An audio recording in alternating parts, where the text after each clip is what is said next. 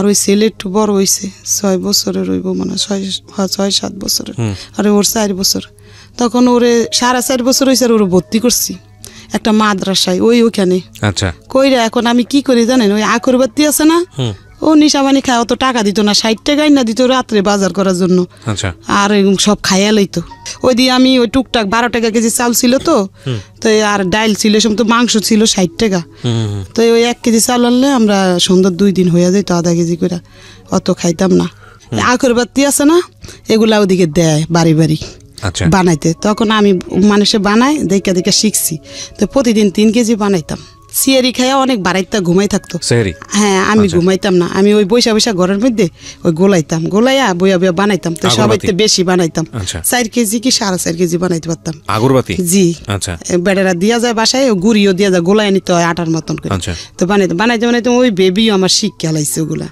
তো হ্যাঁ ওই মেয়ে 4.5 বছরের মেয়ে শিক্ষা লাইছে দেখতে দেখতে তো ও একবার মতন বানাই দিত আমারে যেরকম বানাইতাম মাইজি ওরে ভর্তি করছি একটা মাদ্রাসায় আর ওই 4.5 কেজির মতন বানাইতাম কোনোদিন 3 কেজি বানাইতাম বানাই রাখতাম পরে লোক আসলে নিয়ে যেত এক লগে 1000 1200 কত টাকা পাওয়া যেত 1500 1200 এরকম পাইতাম 10 দিন 15 দিন পরে 10 দিন 15 দিন পরে হ্যাঁ 10 দিন পরে বহুত কঠিন কাজ হ্যাঁ কঠিন অনেকগুলা এতগুলা হইতো 1 কেজি ওগুলা রাস্তায় সুগার লাগতো মিল্লা সুগার পরে আবার বাইন্দা রাখতাম তো লোকটা নিয়ে যেত তো এই 10 দিন 12 দিন পরে 1500-1200 টাকার মতন আইতো আইলে আমার কাপড় চোপড় আমি নিতাম নিজেরটা ও বাচ্চারে কিছু দিতাম দিয়ে বাচ্চা মাদ্রাসায় ভর্তি করছি করার মনে 2 মাস কি 4 মাস পরে হিরণ ধরছে এখন ওই পাকঘরে বৈশা বৈশা খাইতো প্রথম অন্য মানুষের সাথে আপনার জামাই তখন হিরণ ধরছে পরে এখন আমি বুঝি না যে ও কি খায় এটা খাইয়াটে ঘরে যাই চুপ করে দমন ধরে শুয়ে থাকতো এখন আর আমার সাথে ওই মারামারিটা কম করতো ওইটা খাওয়ার পরে মারামারিটা কম করতো কিন্তু টাকা চাইতো আমার কাছে খালি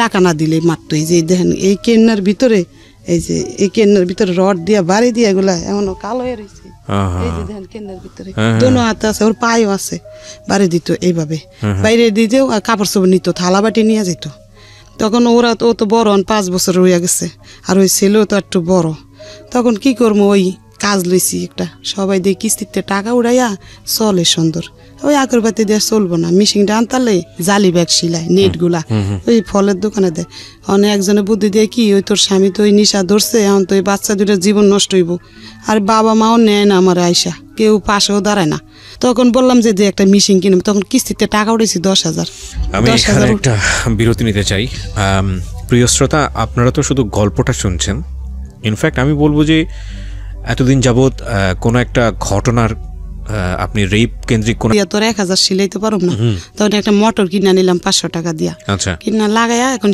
সিলাই আমি ও বাস করে আর ওই ছেলে পড়ে না ক্লাস 1-এ ভর্তি করছি 2 উঠছে পড়ালেখা করতেছে না খালি খেয়ালে বাচ্চা কাচ্চার লগে ওই বাবার মতন বুঝছেন খেয়ালে খেলতেছে না আর ও মেয়ে পড়ে মাদ্রাসায় তখন মাদ্রাসায় পড়তে পড়তে ওরম নিশা খায় এলাকার সবাই ওরে চিনে কে নিশা খায় ওই হাজবেন্ড খায় নিশা এলাকার সবাই বলতে সবাই এলাকার সবাই চিনে ওর ছোটতে এই এলাকা 5 বছর আপনার হাজবেন্ড কে চিনে হ্যাঁ চিনলে তো চিনে এটা তার মেয়ে ওর মাদ্রাসায় মানুষে খারাপ কথা বলে কি বলতো মনে আছে একটু বলো তো তুমি করে বললাম একটু বলো বলে যে হিরণ চিরমে এই সমস্ত কথা বলতো আমার অনেক খারাপ লাগতো ওকে তখন আমি মানে করম কি ওইখানে থাকিও না আপাতত পরে ওই মাদ্রাসায় বেতন দিতে পারতাম না ওই জালি ব্যাগ দিয়ে যা পাইতাম ও দিয়ে ঘর ভাড়া দিম নাই কিন্তু একটা বাড়িতে 3 সেট ভাড়া গেছি ও পাইতে আমার মিশিংটা নিয়ে যাইতে ধরছিল পরে এলাকার লোক আছে ভালো নেতা ওর রাস্তার মধ্যে দিয়ে কাইন্দা পড়ছি আমি কি কাকা মিশিংটা নিয়ে যাইবো আমার টিভিটাও নিয়ে গেছে ঘরের থেকে আবার ওর সাপারের ছোটোগুলো নিছে কারণ আমার আছে গেলে মিশিং আর একটা খাট আছে আর কিছু নেই করে আর ওই আন্টি পাতিল করে আছে আমাদের আর কিছু নেই ওর মিশিংয়ের মাথা নিয়ে যাইবো আমি এমন গ্যারান পাইতেছি আর আমি ওই জালি ব্যাগ সিলাই মানুষের বাসায় দিয়ে আসি আবার নিয়ে আসি আর ও দেখছে কিভাবে খায় ওরা জিজ্ঞাসা করেন দেখছেন তুমি কি দেখেছো তোমার বাবা তোমার সামনে নেশা করতো কি করতো বলো তো একটু মানে উনি কি বেঁচে আছেন আপনার বেঁচে আছেন না এখন নাই মারা গেছেন আল্লাহ তাকে ক্ষমা করুক আমি মৃত ব্যক্তি সম্পর্কে কখনোই এরকম কিছু বলাটা প্রয়োজন না এবং উচিত না আমি তবুও বলি একটা মানুষ যে কর্মটা রেখে যায় দুনিয়াতে সেটাই মনে করে তবে আমি তার জন্য দোয়া করি অন্তর থেকে যে আপনাকে আল্লাহ নিশ্চয়ই ক্ষমা করুক আমি এটুকু বলতে চাই তবে আজকে আমি গল্পের প্রেক্ষাপটে আমি ঘটনাগুলো তুলে নিয়ে আসছি ওনাকে আমি অ্যাকিউজ করছি না কারণ আমি বিশ্বাস করি, মনে প্রাণে বিশ্বাস করি যে ওই মানুষটাকে যদি আজকে আমি আমার এই অনুষ্ঠানে আনতে পারতাম, তিনি তার সমস্ত খারাপ কাজের পেছনে হয়তো কোনো যুক্তি দাঁড় করাতেন। তো সেটা তো সম্ভব নয়, কিন্তু যে কোনো কাজই আমরা করি না কোনো, পরিবারের সদস্যদের উপর সেটার একটা ভয়াবহ ইম্প্যাক্ট পড়ে, যেটা পড়েছে, এবং যে কারণেই কিন্তু আজকে ওরা স্টুডিওতে। হ্যাঁ, কি হতো একটু বলো তো। মানে ঘরের মধ্যে মোম জ্বালাতো, হ্যাঁ, মোম জ্বালিয়ে পয়সা দিয়ে মানে মুখ দিয়ে কি যেন একটা। তুমি তোমার বাবাকে বলতে না যে বাবা এটা করো না? আমি আমার বাবাকে অনেক ভয় পেতাম, কারণ আমার বাবা সবসময় আমি দেখেছি যে আমার বাবা শুধু মানে মারামারি করে, আমার আম্মুর উপর অনেক অত্যাচার করে। আচ্ছা, এই যে আমি আমার আম্মুকে মারলে আমি আমার বাবার পা ধরতাম যে মেরো না, আমার মাকে মেরো না। মানে উনি ছুরি দাঁড় দিত ঘরের মধ্যে, তারপরে মশারির মধ্যে ম্যাচের মানে আগুন মানে ধরিয়ে দিবে, এই পর্যায়ে মানে বাড়াইতে গোটাইকে আনতাম, বাড়াইতের পরে থামাইতো, ছুরি ধার দিত, অনেক বড় বড় ছুরি ধার দিত উনি। খুর নিত, জবা করবো রাত বেলা মানুষের ঘরে যা হাত তুলতো না, আমার গায়ে হাত তুলতো, শুধু আমার মার গায়ে হাত তুলতো। তোমার সাথে কেমন ব্যবহার করতো বাবা হিসেবে?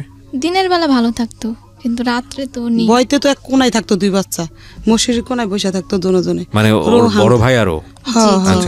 তখন তো এই যে আপনার না, এই সংসার তো আমার অনেক পরে হয়েছে। ঠিক আছে, তো বলেন। তখন এই এরকম করতে করতে পরে হঠাৎ করে এখন মিশিং ডে আছে, ওই লোকটার বললাম, তখন ওই লোকটার বাড়ি লিরে বলছে যে ওর হাজবেন্ড রে এখান থেকে বার করে দিতেছি, আর এখানে আসবো না, জায়গা দেব না।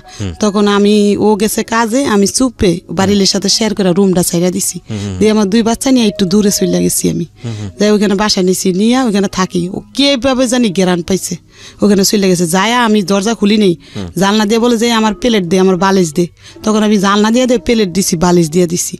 আমার হাত ধরে এইভাবে মোচর দিছে, হওয়ার মতন না, মানে জালনা দিয়ে পারে না, আমার মারবো এখন আইসি কে ওর সঙ্গে। তখন আমি দিয়ে দিছি, সে ওরা বড় মাদ্রাসায় যায় আসে, এখন ওরে কোথায় রাখবো আমি, কই যাব না যাব।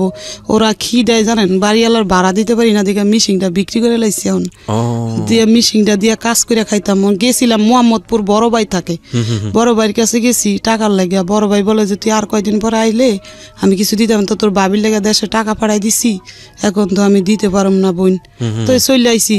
মেজো বোনে এই সময় একটা ব্যাংকে চাকরি করতো, মেজো বোনের কাছে কইলাম, কয় কি আমার ব্যাংকে টাকা থইছি, উঠান যাব না, মানে দিব না। আর ওই বড় বোন ওই থাকে হইলো শ্বশুর বাড়িতে বরিশাল, এখন আর ঢাকা থাকে না, যে ওর কাছে যায় চামু কিছু। তারপর ও হঠাৎ করে ঢাকা আসছে, আসছে পর ও বলে যে আমাদের বাসায় এসে খাইস। তো কয়দিন খামো, ওদের বাসা দুইটা বাচ্চা লেবো, যেন ওরও তো বাচ্চা কাচ্চা আছে, স্বামী আছে, ওরও 3-4টা বাচ্চা হয়ে গেছে। তখন এই মেয়েরে বললাম কি তুই ওই তোর দাদি গো বাড়তে একটু থাক, আমি দেখি আমার বোন ছোট বোনের লগে যাই থাকা, কাজ কাম কিছু করতে পারিনি, কইয়া মিশিংটা বিক্রি করে বাড়িওয়ালার ভাড়া দিয়ে দিছি। দিয়া এখন 4 দিন ধরে আমাদের ঘরে একটা টাকাও নাই, আমি কিছু করতেও পারতেছি না। কাজের লেগে যাত্রা বাড়ি যাই যায় ঘুরি, গার্মিছে কিন্তু নিতে চাই। আমার এমন করতে করতে বুঝেন একটা স্যান্ডেলও নাই আমার পায়ে, এই খালি পায়ে যাত্রা বাড়ি গেছি, আবার আইসি। শুনেন, আইসা 3টা বাড়াইটার কাছে বলছি, বাড়াইটারা অনেক বড় লোক, আর একটা কেমন ওই যে শ্বশুরের মাইয়া, এরও বড় লোক বুঝুন বাড়িওয়ালা। কইছি কি আমার একটা জুতা থাকলে দেও, আমি খালি পায়ে হাঁটতেই না, ঠোসকা করে আছে পায়ের মধ্যে, হাঁটতে হাঁটতে গার্মিছে টোকাই কাজ।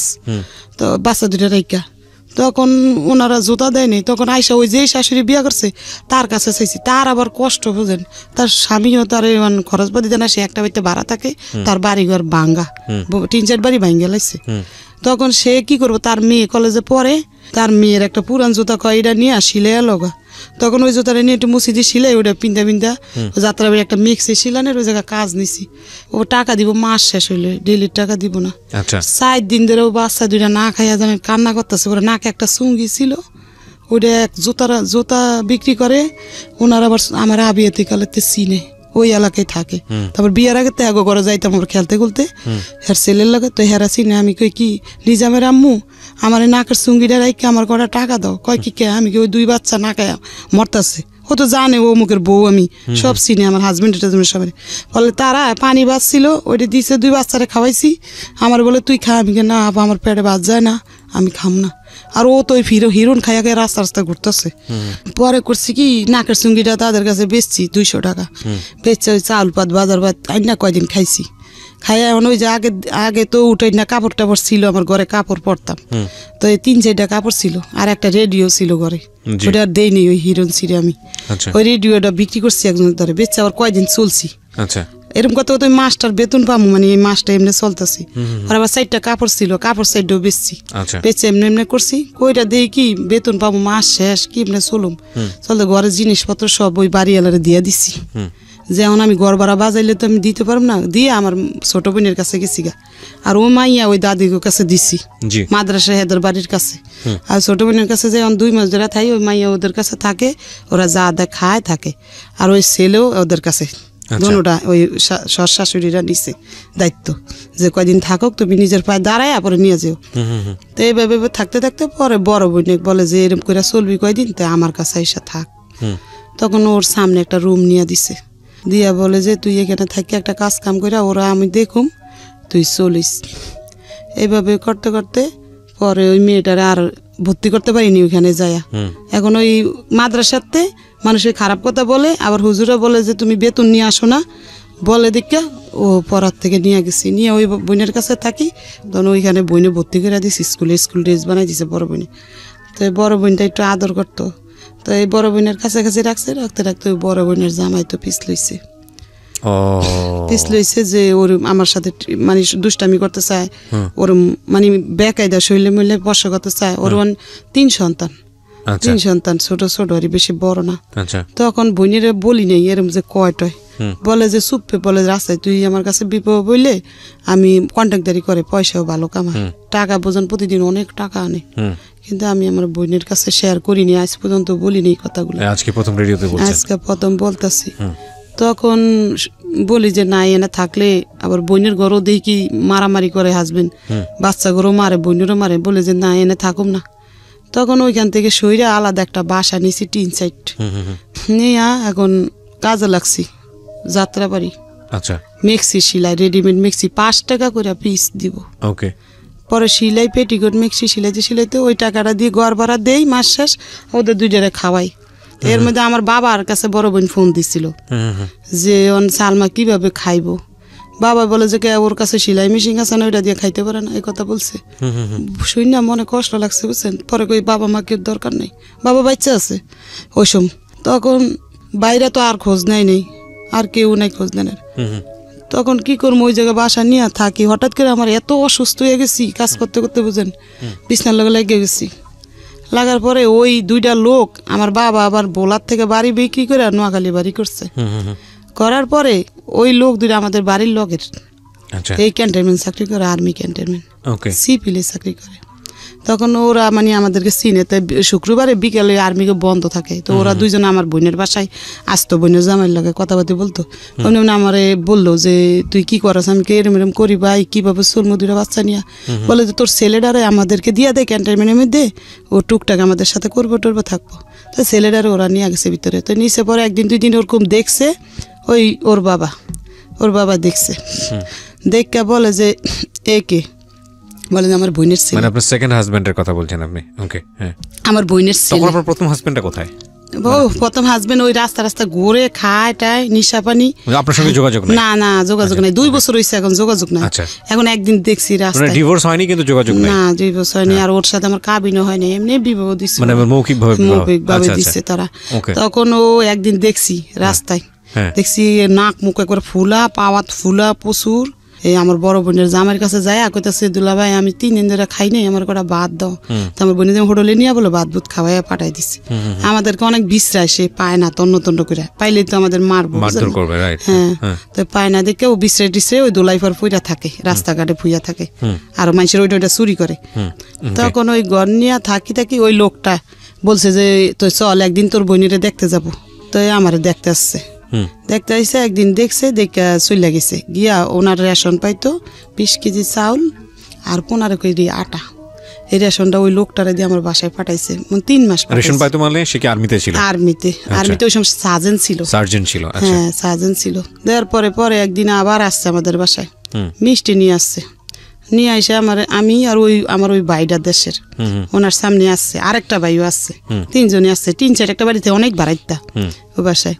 তখন আমার মানে দিছে একটা নাম্বার মুট কইরা লেইকা ফিক্কা মাইরা আমার ঘরে দিছে। ওরা যদি দেখে মাইন্ড করে, ফিক্কা মাইরা দিছে। ওই লাগে 100 টাকা দিছে। দিয়া মানে ওইটার মধ্যে লেখা আছে যে আমার কাছে এটা দিয়ে ফোন করবে, এই টাকাটা দিয়া তুমি জুরান রেলগেটের থেকে, আচ্ছা তোমার সাথে আমার কথা আছে, এটা লিখছে। তাই আমি তো আর অত পড়ালেখা জানি না, ভালো করে বুঝি না, তো একজনের দিয়ে আমি পড়াইছি। এই সময় আমার ওই বাচ্চা অত মানে পড়তে পারে না, পড়াইছি। পর দেখি কি ওই কথা লেখা, তখন আমি একদিন রেলগেটতে ফোন দিছি পরে সে আমার জিজ্ঞাসা করলো যে আপনি কিভাবে চলেন টলেন। তাই আমি বলছি আমি এরকম কাজ করে চলি। বলে যে আচ্ছা আপনি আমার সাথে একটু দেখা করেন, আপনার আমি সিএমএস একটা চাকরির ব্যবস্থা করে দিম। নাচ নাম কি ছিল ওনার? খুরশেদ আলম। খুরশেদ আলম, আচ্ছা। না সিএমএস একটা চাকরির ব্যবস্থা করে দিম। তখন আমি বলছি যে আচ্ছা যদি আমার একটা চাকরির ব্যবস্থা করে দেয় তো আমার ভালো হইব, সরকারি চাকরি হইলে আমি চলতে পারবো 2টা বাচ্চা নিয়ে। এভাবে বাচ্চার বয়স 7 বছর হয়ে গেছে। মানে এটা প্রথম বাচ্চা না? এই যে ওর বয়স আচ্ছা 7-এ পড়ে গেছে এরকম। তখন এই মেয়ে পরে ক্লাস 1-এ মনে পড়ে এরকম হইব, 1-2-তে ছেলেটা কোথায় তখন? তখন ছেলে আমার লগে আছে। ছেলেটা তখন ছেলে আমার লগে আছে, ওই ঘুরে গাড়ে কোনো কাজ করে না। ও তখন ওই ক্যান্টনমেন্ট দিছি, ও কাম পছন্দ হয় না। আর ক্যান্টনমেন্টে দিয়েছিলেন কিন্তু ওখানেও কাজ পছন্দ হয় না। ওরা কাপড় দোলাই করে, ওরা আব্বু না, ওরা বসে না পাইনি, ওই সিপিল ওরা কাপড় দোলাই করে আর্মি গো, ওগুলার লগে একটু কাজ কাম করতে দিছিল, কিন্তু করবো না। সে আয়সা পড়ছে, আয়সা ঘরে শুয়ে থাকে, আমি কিছু বললো খেলে টেলে আয়সারাই আমি যাই লেগা কাজে, ও ভাত বুত খাই আবার খেললে খারাপ পোলাবিনের লাগে মিশে। পড়াশোনা করে না, পড়াশোনা করে আপনি শাসন করেও করতে পারেন। শাসন করলে কি বা আমার মানে কিছুই কয় না, আমি মারলে চুপ করে থাকে, আমি গেলে ও খেলে টেলে, আর আমি না থাকলে পলায়া থাকে, থেকে ভাত বুত খায়, এরকম করে দিন যা রাত পয় ওর খালি না খাইলে না খায় থাকে। বাবা খুবই বাবার কাছে যায় না, এই যে বলি বাবা খুব ইম্পর্টেন্ট একটা ফ্যামিলির জন্য, খুবই ইম্পর্টেন্ট। এবং একটা ব্রোকেন ফ্যামিলিতে আসলে যারা বড় হয় তারা বুঝতে পারবে যে একটা মার অ্যাবসেন্স কিংবা একটা বাবার অ্যাবসেন্স ওই পরিবারের জন্য কতটা ভয়ানক, বা তার বড় হয়ে ওঠার জন্য কতটা ভয়ানক। বলেন তারপরে কি হলো? আপনি তারপরে এভাবে উনি বলছে চাকরি দিব, বললা চাকরি তো দিব না, আমার লগে সিটিং বাজি করবো, আমি তো আর বুঝিনি। উনি এভাবে আমার ওই লোকটা দিয়ে একটা মোবাইল কিনা পাঠাইছে, সিটি সেল মোবাইল, সিমও বইরা দিছে। 2,000 টাকা পাঠা ওই লোকটারে দিয়া পাঠাইলে আমি ওই টাকাটা দিয়ে স্যালাইন মেলাইন নেই, এটা মানে আমার বড় বোনে জানে না, ওই লোকটা পাঠাইছে, জানে মনে আমার কাজের টাকা, এই মানে আমি আনছি কাজের থেকে, ওই যাত্রাবাড়ির থেকে। তখন ওইটা দিয়ে স্যালাইন মেলাইন নিয়েছি, শরীরে একটু সুস্থ হয়েছি, আবার কাজ করি। তো হঠাৎ করে আমি ভাবলাম লোকটা আমার অনেক কিছু বলে, মানে যে আমি তোমার দায়িত্ব নিবো, তোমার কাজ করা লাগবো না, আমি 20,000 টাকা বেতন পাই, রেশন পাই, আমার কেউ নাই খাওয়া। ছিল? হ্যাঁ, বিবাহিত 2টা বাচ্চাও ছিল না। এটা আপনি জানতেন? না, জানতাম না। আমার ওই ওরে হাত করে নিছে ওই লোকটারে, ওই যে আমাদের দেশের ওই লোকটারে হাত করে নিছে, বলতে না। হ্যাঁ। তখন জানতাম না কিছু, তখন বলে এগুলো, আমি বলি না ভাই আমার 2টা বাচ্চা আছে, এটা নিয়ে কেউ সংসার করে কিনা, করে না, করলো পরে আমার বাচ্চাটি লাত্তি লুত্তি দিয়ে ফালাই দিবেন আপনি, বলে যে সবাই একরকম মনে করেন না আপনি। দেখলাম লোকটা অনেক ব্যবহার ভালো টালো, এরকম দুর্বল হয়ে গেছি একদম, মানে তার প্রতি। ও স্যার সে বলে যে তোমার বোনের কাছাকাছি তুমি থাইকো না, তুমি আমি একটা বাসা নিয়ে দিই, তুমি ওখানে বাসা নাও। তখন আমি বলছি যে না, বাসা তো নিব আমি, কিন্তু সেই বাসা ভাড়া আমার কে দিব? বলে যে আমি দিব। তখন আমি বাসাটা ছাইরা ওই পারে রেলগেটের ওই পারে একটা বাসা নিছি, ভাড়া মনে 4,000 টাকা হইব না, 3,500 টাকা বাসা ভাড়া নিয়ে আমার 2 ছেলে মেয়ে নিয়ে আমি ওইখানে গেছি। যাওয়ার পরে টুকটাক কিছু মাল সামানাও কিনা দিছে, আর ওই লোকটারে দিয়ে রেশন মেশন পাঠাইছে বাসায়, পাঠাইছে। পরে বাড়িওয়ালারে বলছি আমার 2 বাচ্চা আমি থাকবো, আমার হাজব্যান্ড থাকবো, কথা বলছি। এখন আমি বলছি যে আমরা এখন, বলে যে আমরা এখন বিবাহ করব, উনি বলছে আমার প্রস্তাব দিচ্ছে। আমি বলছি তাহলে কে সাক্ষী থাকবো, বিবাহর সাক্ষী আছে না?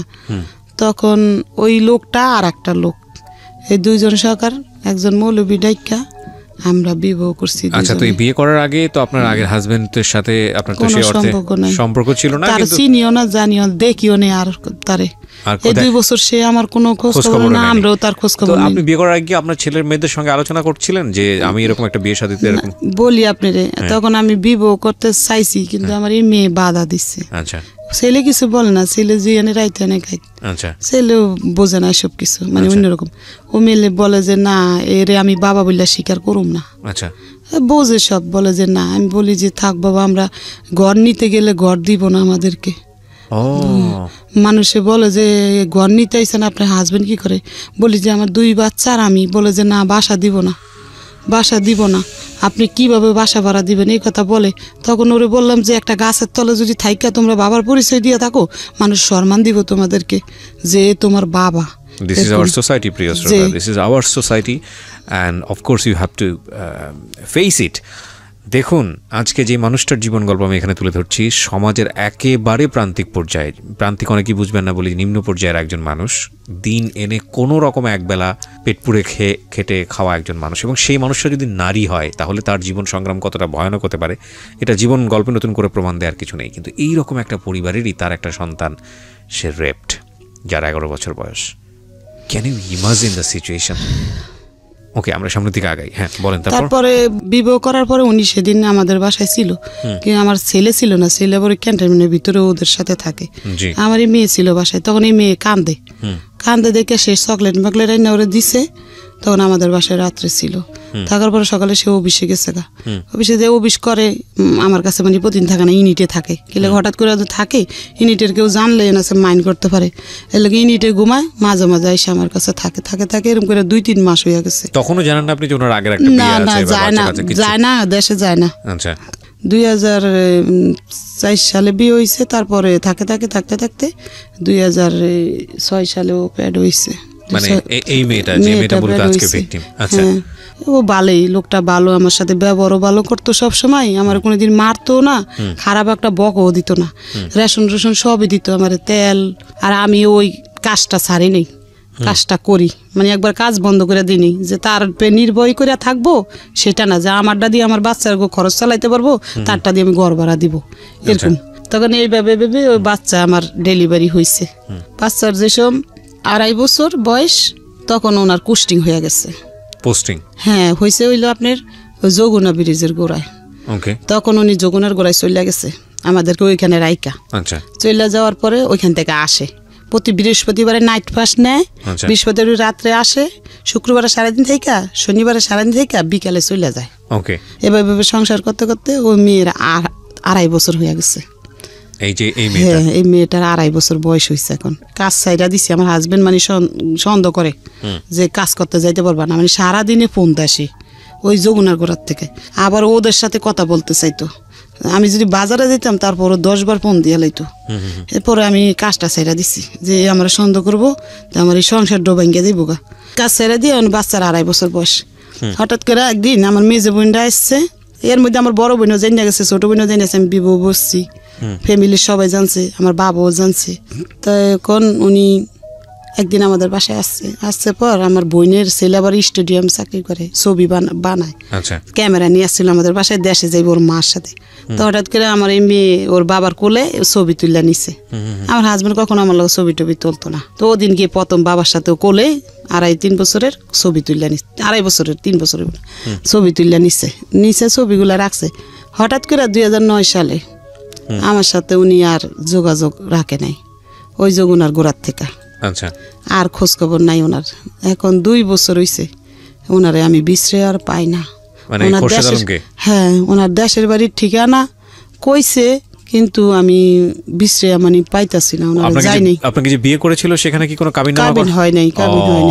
কাবিন হয় না, গতি ক্যান্টনমেন্ট গেছি খোঁজ নিতে বললা। আর ওই নুরুরে বলছি, ও বলে যে কুষ্টিং হয়েছে ওই জায়গা, আমার সাথে যোগাযোগ নাই, এই কথা ওই লোকটা বলে।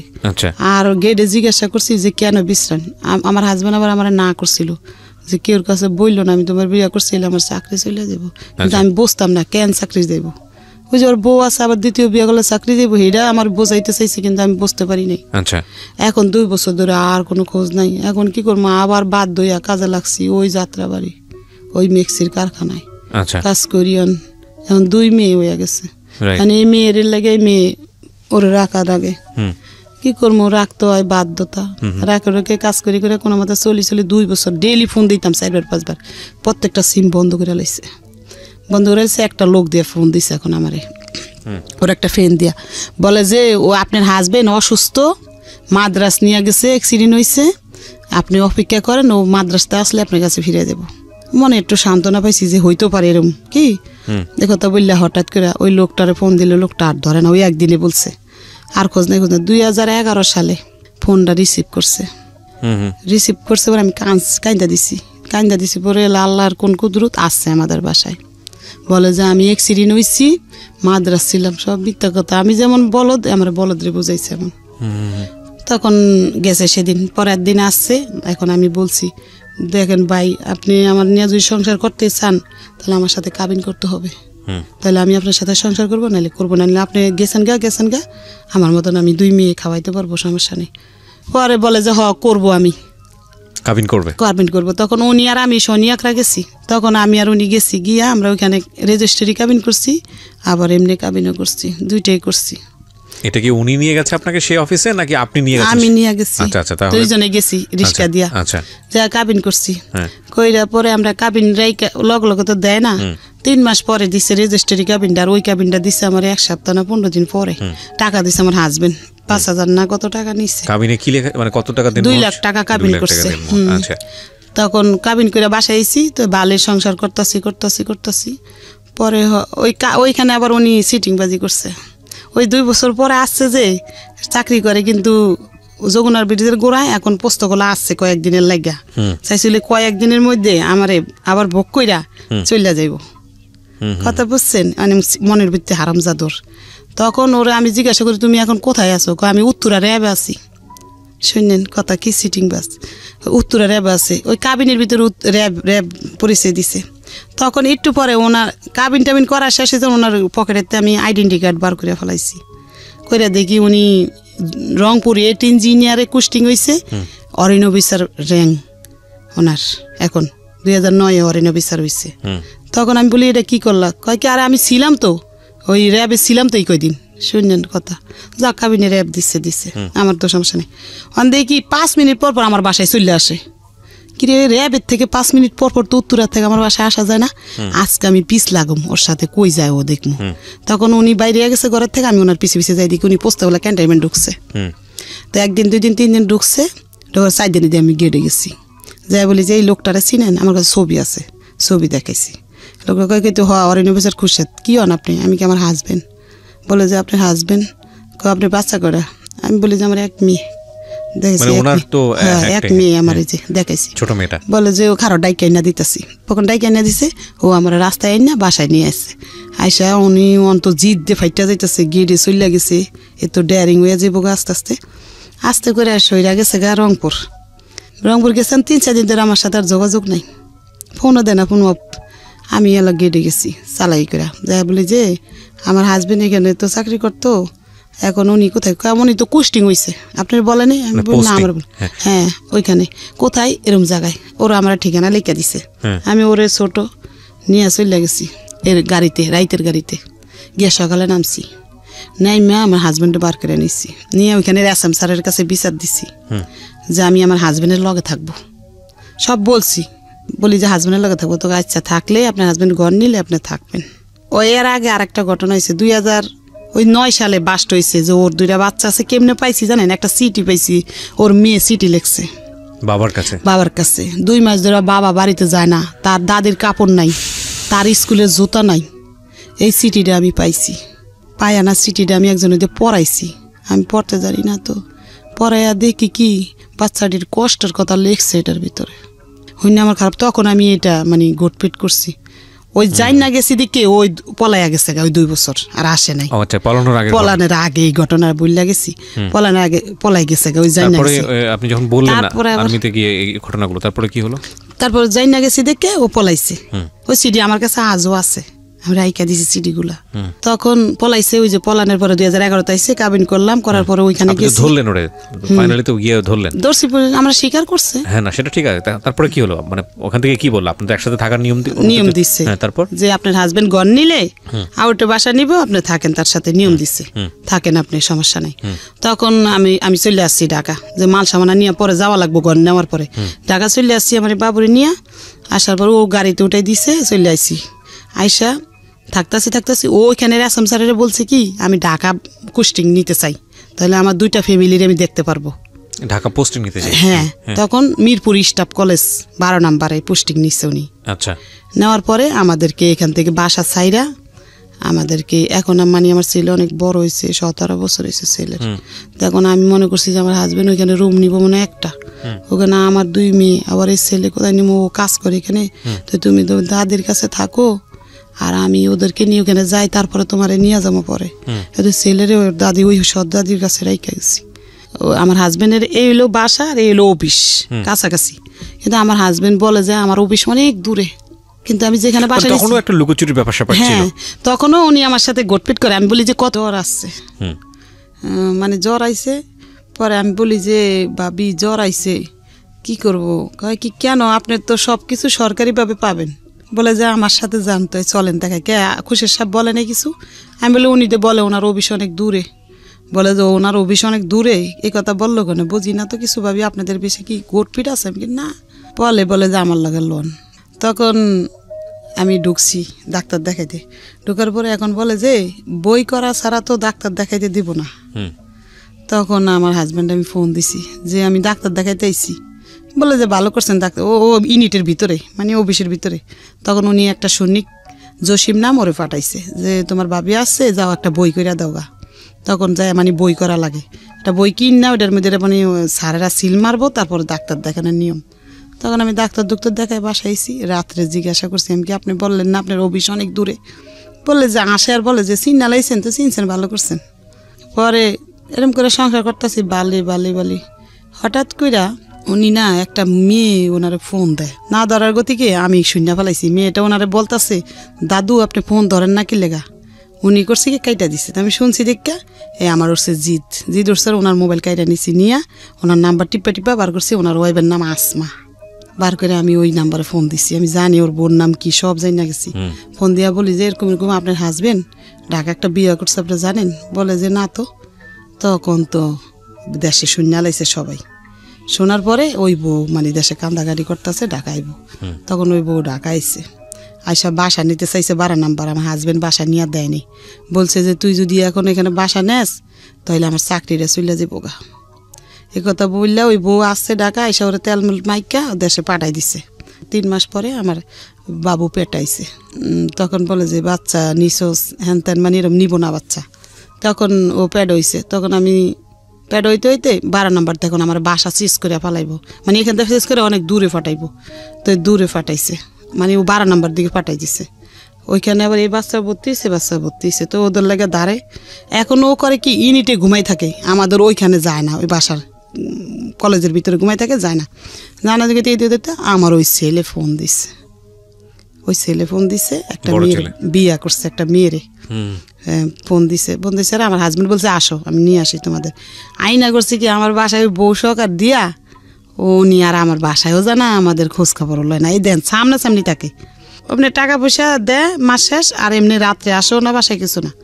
তখন আমি ওই ছেলে বোরে এখন নিব না, আমি ওদেরকে আনবো কেন? ওরা আইসা মারামারি করে দুইজনে ঘরের ভিতরে। ছোট ছোট মানুষ তো বিয়ে করছে 17 বছরে, বুঝেন না, মারামারি করে বউর সাথে। কোথার মেয়ে? কুমিল্লার মেয়ে, কুমিল্লা ক্যান্টনমেন্টের দরের। মারামারি করে দেখে আমি একটা ঘরে ড্রেসিং টেবিল ছিল আমার আগের, ওটা বিক্রি করে ওদেরকে 2000 টাকা দিয়া কইছি তোমরা যাও গা, শ্বশুর বাড়িতে থাকো আন তুমি, পরে আমি ঢাকা যাই কি করি তোমার একটা লাইন করে আমি দিতে পারছি। তখন উনি ওই আমার ওই ছেলে ধরেন হয়েছে সিয়ামেসে, হওয়ার আগে 3 দিন আগে ও চলে গেছে পোস্টিংয়ে। আমার হাজবেন্ড আর আসে নেই। 3 দিন পরে আমার হাজবেন্ড আসছে, এর মধ্যে আমার বোন আসছে, মেজে বোন বাইর বউ আসছে দেশের থেকে, ওরা আমার যত্ন করতেছে।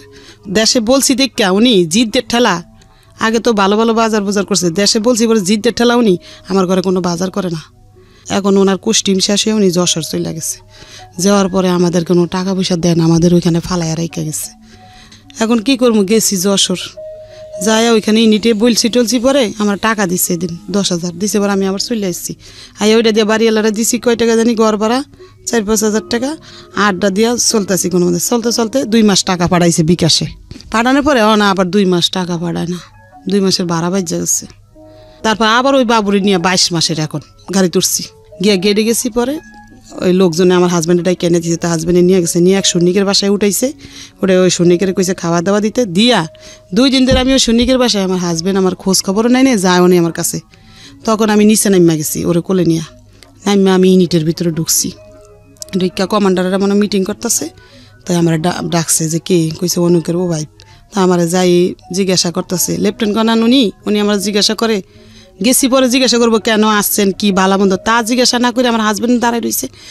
ও বানাইয়া কইছে ওর বিয়ে হয়েছে আগে, তো আমার তো বিয়ে হয়েছে জানি আমি, সে বিয়ে করছে। বলে যে আপনার কয়টা বিয়ে হয়েছে? আমি কি স্যার আমার আগে বিয়ে হয়েছে, একটা বাচ্চা আছে, মেয়ে বাচ্চা আমার, আমি এটা বলছি।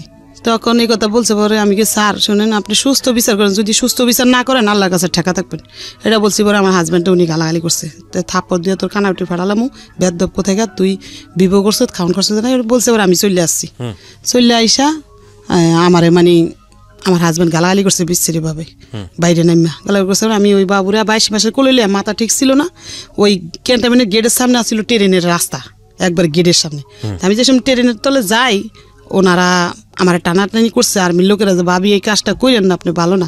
এই ভদ্রমহিলার জীবনের গল্প আসলে সারা রাত শুনলেও শেষ হবে না, কিছু কিছু জায়গায় আমাদের স্কুইজ করতে হচ্ছে, কারণ আমাদের গল্পের যে মূল জায়গাটা। তুই ভর্তি করছি এই মেয়ের ওই সরকারি স্কুলে, আর ওই মেয়ের ক্লাস বেসরকারি, ওটা সরকারি নাই, 9-এ ভর্তি করছি। এখন এদের পড়ার খরচ আমি চালাই, ওই মিশিং এর কাজ দিয়া দিয়া কোনো মতে জীবনযাপন করি আমি, বোঝেন। আর একবেলা খাই আর একবেলা খাইও না, ওদের পড়ালেখা চালাই। ও বাচ্চা, ছোট বাচ্চা জানেন, দুধের লেগে কান্না করতো, দুধ দিতাম না, চিনি গুলাই ফিটারের মধ্যে খাওয়াই রাখছি, বাচ্চাটার আমি বড় করতেছি। এভাবে এভাবে চালাই, বাচ্চাটির পড়ালেখা বন্ধ করি নাই। কই এরা পড়ালেখা করলে আমি তো মূর্খ, কিছুই জানি না, জীবনে এরা বড় মানুষ হইতে পারবো। খালি এদের পড়ালেখার কথাই কইতাম, ঘরে আইলো কইতাম মা তোমরা সুন্দর করে পড়ো। এরম করতে করতে আমি কিস্তিতে টাকা উড়াইয়া দেই, ফুদে মানুষে বিক্রি করে, কাপড় চোপড় অনেক বেচা কিনা হয়, আমি ওগুলো আইন এক এক জায়গাতে সাপ্লাই করে বিক্রি করতেছি। এখন ওই মিশিংয়ে আছে এখনো ঘরে আমার। এই ঘটনাটা ওর বড় বোন বলতে চাচ্ছে। প্রিয় শ্রোতা, আমরা মাকে এতক্ষণ পর্যন্ত ফ্লোর দিয়ে রেখেছিলাম এবং আপনাদের সদয় অবগতির জন্য জানাচ্ছি একটা, হ্যাঁ নিশ্চয়ই আপনাকে দিব ফ্লোর। একটা মার জন্য কতটা ভয়ানক হতে পারে এই সন্তানদের ঘটনা বর্ণনা করা, আল্লাহ মাফ করুক, আমি আর কিছু বলতে চাচ্ছি না, আমি স্পিচলেস টোটালি। আচ্ছা ঠিক আছে, বড় বোনকে হ্যাঁ বলেন। তারপরে দেখেন বড় মেয়ে ক্লাস এসএসসি পরীক্ষা দিল, দিয়া এই গ্রেডের উপরে উঠাইছে, ও সরকারি কলেজে চান্স পাইছে। সরকারি কলেজে পড়ালেখা করে, ওর খরচ আমার লাগে না অত বেশি, অল্প অল্প। ও টিউশনই করে, মানুষের বাসায় দিইনি টিউশনই করতে। যে মানুষ যদি আমার মেয়ের দিকে খারাপ নজরে তাকায়, লেকের বাসায় টিউশনই করতে দেই না, ও ঘরে যা পড়ায় তা দিয়ে চলে। আর আমি কাপড় বেশি জানেন, বিকালবেলা জুরিয়ান রেল গেট যে কাপড় বেশি, হাজার হাজার মানুষের দেখছে, এই বোরকার মুখ ডাইকে আসে, সারাদিন কাপড় বেশি আমি। কেউ যেন দেখলে কইতে পারেন আমার বাচ্চারা কাপড় আলির মাইয়া খোটা না জান দেয় লেগে, জানেন আমি এরকম করে করে চলি। আর আজকে আমি সাজানো সংসার আমার ধ্বংস। আমি আসতেছি প্রিয় শ্রোতা, আমি এখানেই আপনাদেরকে নোট করতে চাই যে এই হচ্ছে আমাদের আসল জায়গাতে আসা। এতক্ষণ আসার জন্য আমি এতক্ষণ আপনাদেরকে একটা বর্ণনার মধ্যে রেখেছি। এই কথাটা এই কারণেই বলছি, পত্রপত্রিকায়, টেলিভিশনে বা অন্য কোথাও গণমাধ্যমে যে এই রেপের ঘটনাটা আসে, এটা শুধু আপনি রেপটাই জানেন, কিন্তু রেপ হলে একটা ফ্যামিলির কি হয়, যাকে রেপ করা হচ্ছে সেই সন্তানটি কত কষ্ট করে বড় হয়, তার যে একটা ব্যাকগ্রাউন্ড থাকে, একটা অতীত থাকে, তাকে নিয়ে স্বপ্ন থাকে, তার জন্য বাবা মা কত পরিশ্রম করছে। এই রেপটা শুধু শারীরিকভাবে তাকে ক্ষতি করা না, পুরো ফ্যামিলিটাকেই যে রেপ করা হয়, এবং এই রেপ পুরো জীবনটাকে যে রেপ করা হয়, শেষ করে দেওয়া হয়, সেই ঘটনার ফিলিংসের জায়গাটাতে আজকে আপনাদেরকে আমি নিয়ে যেতে চাই, যে কারণে এতক্ষণ ধরে ব্যাকগ্রাউন্ডে ছিলাম। আশা করছি শেষ পর্যন্ত শুনবেন। বড় বোনকে আমি ফ্লোর দিচ্ছি। আমি ওদের কারোর নাম আজকে রিভিল করিনি, ফেসবুকে আসলে আপনারা দেখতে পাবেন লাইভ, যেভাবে দেখানো সম্ভব আমি সেভাবেই দেখাচ্ছি আপনাদেরকে। ওকে, সো তুমি বলো কি হয়েছে ক্লাস 5 যখন পড়ছিল? যখন আমার বোন ক্লাস 4 পড়তো, 4 রাইট, দোলাইপাড় সরকারি প্রাথমিক বিদ্যালয়। আচ্ছা, তোমার স্কুলের টিচাররা তো সবাই ইনফর্ম এই ঘটনার প্রেক্ষাপটে? ওকে ঠিক আছে, বলো। তখন ওই 4 এর ক্লাসে ফেব্রুয়ারি মাসের 20 তারিখে ওর ক্লাসমেট একটা নতুন মেয়ে ভর্তি হয়। ওরা আসে কদমতলী থানা থেকে, শ্যামপুর থানায়। তো আসে, ওর সাথে ভর্তি হয়, ওর সাথে বন্ধুত্ব হয়। আচ্ছা, আমাদের বাড়ির সামনেই, স্কুলের সামনেই। তখন ওর সাথে বন্ধুত্ব হয়, মেয়েটা আমাদের বাড়িতে আসে। তখন মানে জানতে পারলাম যে মেয়েটার মা ডাক্তার, একটা সাইনবোর্ড লাগানো আছে বাড়ির মধ্যে, উনি শিশু এবং গাইনি ডাক্তার, উনি ঘরের মধ্যেই রুগী দেখে। ওনার বাড়ি নোয়াখালী, লক্ষ্মীপুরে। তখন উনি মানে ওনার সাথে, ওনার মেয়ে দেখলাম ভালো, উনিও দেখলাম ভালো, তো মিশতে দিলাম আমরা ওই মেয়েটার সাথে। তারপরে উনি আমাকে একদিন একটা প্রস্তাব দিল, ওই তাসনিম, মেয়েটার নাম তাসনিম, আর ওর মার নাম হলো খন্দকার জান্নাতুল ফেরদৌস। ওই খন্দকার জান্নাতুল ফেরদৌস আমাকে একটা প্রস্তাব দিল ওনার মেয়েকে পড়ানোর জন্য। ক্লাস 4 যখন শেষ পর্যায়ে, শেষ দিকে, তখন আমি রাজি হলাম যে আমার বাড়ির সামনেই তো পড়াই আমি। তো ওনার মেয়েকে আমি 3 মাস পড়িয়েছি।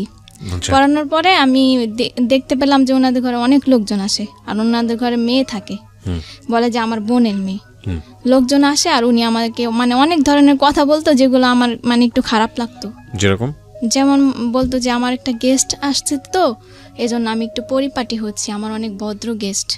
আবার অনেক মাঝে মধ্যে অনেক ফোনে নোংরা নোংরা কথা বলতো, তখন মানে আমার অনেক ওনার হাজবেন্ড ছিল না বাসায়? না, ওনার হাজবেন্ড নাকি লন্ডন থাকে। তো ওনার মেয়েকে 3 মাস পড়ানোর পর আমার মাকে আমি এসে বলেছি যে মা এরকম এরকম ওনার ঘরে লোকজন আসে, তখন আমার আম্মু বলছে যে তাহলে হয়তো বা মহিলাটা ভালো না, পড়ানো ছেড়ে দাও। আমি পড়ানো ছেড়ে দিয়েছি, আর আমার ছোট বোনকে ওনাদের বাসায় যেতে নিষেধ করেছি যে ওনাদের বাসায় যাবা না। ও 3 মাস ধরে ওনাদের ঘরে একটা লোক থাকে, বলে যে ওনার ভাই। এজন্য আমার মা বলছে যে ওনার ভাই আছে অবিবাহিত, তুমি ওনাদের বাসায় যাবা না ওর সাথে। আমার ছোট বোন নিষেধ করা হয়েছে ওদের বাসায় যেতে না। এখন 5-এ উঠছে, আমার বোন উঠছে, আর ওই তাসনিম যে মেয়েটা তাসনিম, ও এখন 5-এ উঠার পরে ওই মহিলা কিন্তু আমার ছোট বোনের অনেক খোঁজ খবর নিত ক্লাস 4-এর থেকেই। আর ওনার নাম্বারটা আমার কাছে ছিল, ওই যে আমি যে ওনার মেয়েকে পড়িয়েছি তখন ওনার নাম্বারটা আমাদের মোবাইলে সেভ করা ছিল। ওই তো আমাদের নাম্বারে ফোন দিয়ে আমার মাকে জিজ্ঞেস করতো, আমাকে রাস্তায় দেখা হইলে জিজ্ঞেস করতো। ছোট বোনের শুধু খবর নিত উনি, যে ওর কি খবর, ওর কি খবর, মোবাইল করে করেও। তো ওর সাথে কি হয়েছে আমরা জানি না। নভেম্বরের 8 তারিখ বৃহস্পতিবার ছিল, ওই দিন কোচিং ছুটি হয়েছে 3টায়। স্কুলেই কোচিং করে, এজন্য আমরা টাকাও দেই, সরকারি স্কুল, কোচিং বাধ্যতামূলক। তো আমরা টাকা দেই, কোচিং করে। ওই দিন 3টা বাজে কোচিং ছুটি হয়েছে, এমনি অন্যান্য দিন 4টায় ছুটি হয়। তো একটু দেরি হয়েছে। ও আমাদের বাড়ির সামনে আবার থাকে আরেকটা মেয়ে, মারিয়া ওর নাম। তখন মারিয়াকে ডাক দিছি আমি যে মারিয়া, আমার ছোট বোন তো তোমার সাথে আসে প্রতিদিন, আজকে আসে নাই কেন? বলে যে ও তো আগেই চলে গেছে, কে যেন বলছে যে ও আগেই চলে গেছে। তখন আমি আমার আম্মুরে পাঠাইছি যে আম্মু যাও তুমি স্কুলে যাও। পরে স্কুলে গেছে, স্কুল পুরা খুঁজছি আমরা, মানে প্রাথমিকভাবে যাদেরকে কাছে পাওয়া হয়েছে সবাইকে জিজ্ঞাসাবাদ করছে আমার আম্মু। স্কুলের প্রধান শিক্ষক সালাউদ্দিন, ওনাকেও বলছে আমার আম্মু, কিন্তু উনি কোনো গুরুত্ব দেয় নাই বিষয়টা। মানে একটা স্টুডেন্ট যে হারানো গেছে উনি কোনো গুরুত্বই দিল না, যে একটা মেয়ে মানে ওর সাথে খারাপ কিছু হইতে পারে, আমার কিছু দায়িত্ব আছে, আমি যে প্রধান শিক্ষক আমি কিছু দায়িত্ব পালন করি। উনি ওনার মতো বাচ্চা পড়াচ্ছে ঘরে। তখন স্কুলে, ওই স্কুলের আরেকটা ম্যাডাম, ইংরেজি ম্যাডাম জাকিয়া ম্যাডাম, ওনার কাছে আমার বোন ক্লাস 4-এ থাকতে পড়েছিল। ওই ম্যাডামটা একটা ছেলে পারে, ওই ছেলের নাম হলো আসিফ। ওই ছেলেটা ওদের ক্লাসমেট। ওই ছেলেটা আমাদের বাসায় আসে, আসার পরে বলে যে আন্টি চলেন এই ওই পারে যাব সুমাইয়াদের বাড়িতে, সুমাইয়া জানে মানে আপনার মেয়ে, ছোট মেয়ে কোথায় আছে। তখন আমার আম্মু বলে, সুমাইয়া হলো ওর ক্লাসমেট। তখন মানে আমার আম্মু গেল ওই পারে, গিয়ে জিজ্ঞাসাবাদ করলো যে তুমি কি জানো। কতক্ষণ ধরে ওকে পাওয়া যাচ্ছে না? 3টার থেকে 3টা বাজে ছুটি হয়েছে, ছুটির পরে থেকে 1 ঘন্টার মধ্যে পাওয়া যাচ্ছে না। ওই 1 ঘন্টার মধ্যে খোঁজাখুঁজি শুরু করেছে, আমরা খোঁজাখুঁজি শুরু।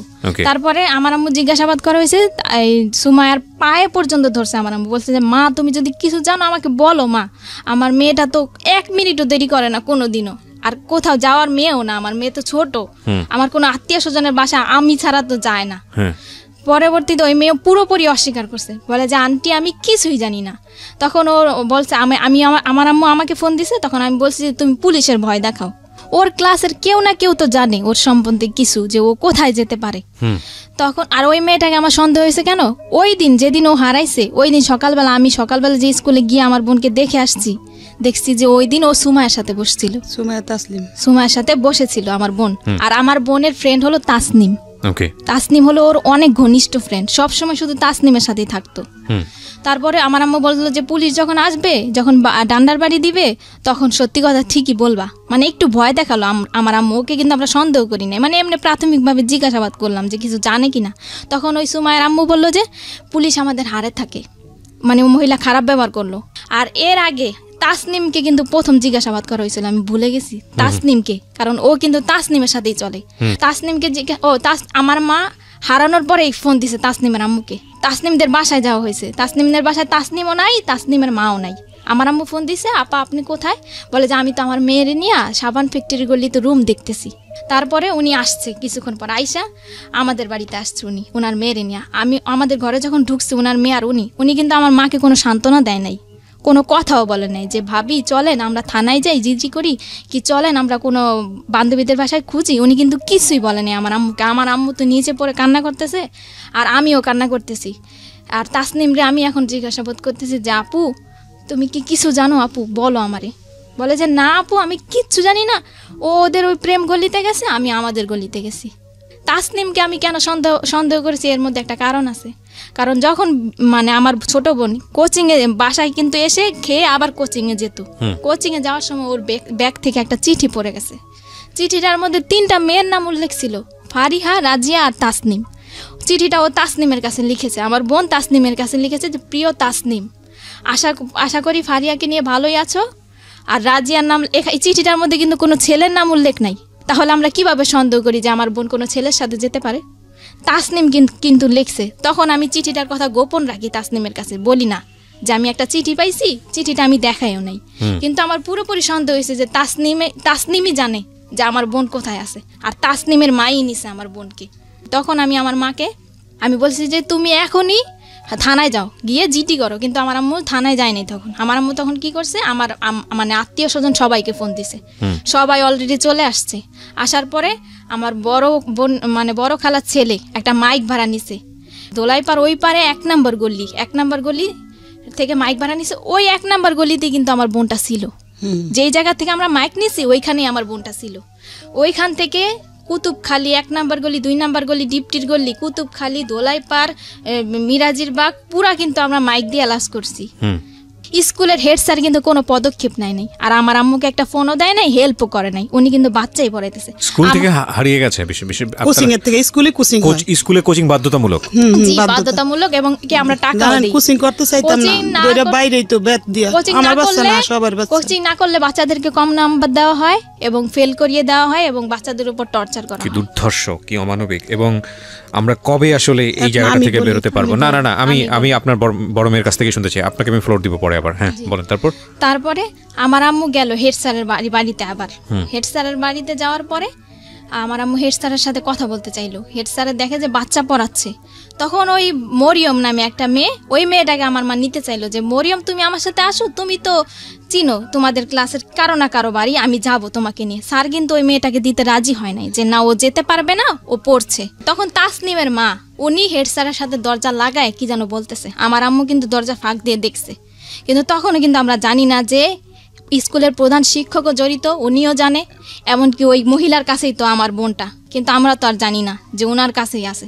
তখন আমার আম্মু এসে বলল যে এরকম হেড স্যার আর তাসনিমের মা কথা বলল, আমাকে কোনো গুরুত্ব দিল না, আর আমি একটা বাচ্চা নিতে চাইলাম, আমাকে তাও দেওয়া হলো না। হেড স্যার বলে যে দেখেন কোনো বান্ধবীর বাড়িতে গেছে কিনা, এটা বলছে হেড স্যার, আর কোনো গুরুত্ব দেয় না যে চলেন আমি যাই আপনাকে নিয়ে থানায়, কি আমি প্রত্যেকটা গার্জিয়ানের নাম্বারে ফোন দেই, কি আপনাকে একটা বাচ্চা দেই, আপনি যান খোঁজ করেন, কি প্রত্যেকটা গার্জিয়ান আমি ডাকাই, বাচ্চাগুলোকে আমি ডাকাই, কোনো পদক্ষেপ নেয় নাই উনি। তখন আমার আম্মু মাইক দিয়ে অ্যালাউন্স করার পর থানায় গেল, সাধারণ জিডি করলো একটা রাত্রে, তখন 10টা বাজে। সাধারণ জিডি করার পর শ্যামপুর থানা একটা সাধারণ জিডি করা হলো, কারো সন্দেহ করে না, মানে একটা সাধারণ হারানো একটা সাধারণ জিডি। যে আমাদের যে জিডির যে মামলার আজম এসআই আজম, ওনাকে আমার আম্মু নিয়ে আসলো গাড়ি নিয়ে, আমার মেজো খালা আমার মা গাড়িতে নিয়ে আসলো। আমার আম্মু সন্দেহ করলো, আমি বললাম যে আমি ওই মহিলাকে সন্দেহ করছি, যে ওই মহিলার মেয়ের সাথেই চলে, ওই মহিলাই জানে, ওই মহিলার মেয়েই জানে, যদি ওনারাও না নেয় তাহলে ওনারা জানে যে ও কোথায় আছে, কোথায় গেছে। তখন ওই মহিলাকে সন্দেহ করে আমি আমার মাকে পাঠালাম, রাত্রে 2টা বাজে গাড়ি নামায় নিয়ে আসছে, মহিলার বাসায় গেছে পুলিশ নিয়ে। তারপরে ওনার মেয়েকে মানে আমরা পুলিশ নিয়ে চাপ দিলাম, আর ওই খন্দকার জান্নাতুল ফেরদাউসকে চাপ দিলাম আমরা। তখন ওই মহিলা কিন্তু স্বীকার করেনি, আর মহিলার মেয়েও স্বীকার করেনি। তখন ওনার মেয়েকে আমরা মানে সন্দেহ করলাম ওনার বোনকে। ওনার বোন আবার থাকে পান্থপথ, ওই দোলাইপাড়াই পান্থপথ একটা মানে একটা স্থানের নাম, ওই স্থানে থাকে আর কি। তো ওইখানে ওনার মেয়েকে মানে আমরা চাইলাম যে তোমার খালার বাসায় হয়তো বা থাকতে পারে। তখন ওনার মেয়েটাকে কিন্তু উনি একাই দিয়ে দিল। উনি কিন্তু কোনো আপত্তিকর মানে কথা বললো না যে না আমার মেয়েকে দিব না, আমি এত রাত্রে এতগুলা পুলিশের সাথে আমি কিন্তু দিব না আমার মেয়েকে। উনি কিন্তু ওনার মেয়েকে দিয়ে দিল আমার মার সাথে। আর আমার মা ওনার মেয়েকে নিয়ে এই রাত্রে 2টা বাজে ওর খালার বাসায় গেল। খালার বাসায় আর ওই গাড়ির মধ্যে ওনার মেয়েকে আমার মা কোলের মধ্যে রাখলো এবং বললো যে মা বলো, মা যদি তুমি কিছু জানো তাহলে বলো। কিন্তু ওনার মেয়ে কিন্তু কিছুই বললো না, যে না আন্টি আমি কিছুই জানি না। তখন ওর খালার বাসায় খোঁজা হলো, নেই, ওই বাসায়ও নেই। তখন ওই মহিলা আমার মাকে বললো, যখন ওনার মেয়েটাকে ফেরত দেওয়া হলো খুঁজে আসার পর, তখন মহিলা আমার মাকে বললো যে কাজটা কিন্তু আপনি ঠিক করেন নাই, মানে আমার বাসায় যে পুলিশ নিয়ে আসছেন কাজটা কিন্তু ঠিক করেন নাই আপনি। তখন আমার মা বলল যে আমি পুলিশ নিয়ে আসছি, একটু পর আমি র্যাব নিয়ে আসবো, মানে আপনার কাছেই আমার মেয়ে আছে, আপনিই জানেন। আমার মার তখন মাথা ঠিক ছিল না, বলছে। আর মেয়েটা কিন্তু ওনার কাছেই ছিল। কিভাবে উদ্ধার হলো তারপরে? আমার মা চলে আসলো বাড়িতে। পরের দিন সকালবেলা শুক্রবার আমার আম্মু কিন্তু শুক্রবারে র্যাবের অফিসে গেল 2 বার। এর মধ্যে আমার ছোট খালা মানে মিডিয়ার লোকদের খবর দিল, 71 চ্যানেলের একজন রিপোর্টার, আর টুটুল উনি বিজয় টিভির, আর দৈনিক দিন প্রতিদিনের পত্রিকার একজন, এই 3 জন আর কি আমাদের পাশে এসে দাঁড়ালো আর কি, সান্ত্বনা দিল আমার মাকে যে আপা কান্নাকাটি করেন না, আপনার মেয়েকে পাবেন। 2 দিনে আমরা র্যাবের অফিসে গেলাম, ওই টুটুল বিজয় টিভির সাংবাদিক ওনাকে নিয়ে, উনি সাক্ষী, কেসের সাক্ষী ওনারা।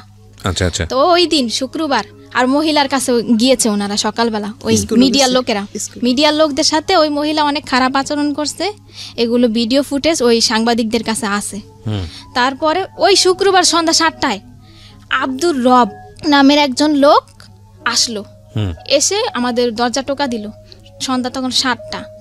তখন বললো এই রুমে কি কাপড় বিক্রি করে সেই মহিলা থাকে? তখন আমার আম্মু বললো যে হ্যাঁ আমি বিক্রি করি, আমিই থাকি। আব্দুর রবটা কি জানো? আব্দুর রব, যে বাসায় ওরা রাখছে, যে বাসায় ছিল 30 ঘন্টা, ওই আব্দুর রব বলে। আমার আম্মু বলে কি, ওই লোকটা বলতেছে যে আপনার মেয়ে আমার বাসায় আছে, আমার কাছে আছে। তো আমার আম্মু বলে যে আপনার বাসায় আছে, আপনার বাসা কোথায়? বলে যে আমি তো মেম্বরের বাড়িতে থাকি। তা আমার আম্মু বললো মেম্বরের বাড়িতে এই যে আপনি কাছে থেকে আমার মেয়েটা দিলেন না, আপনি কি?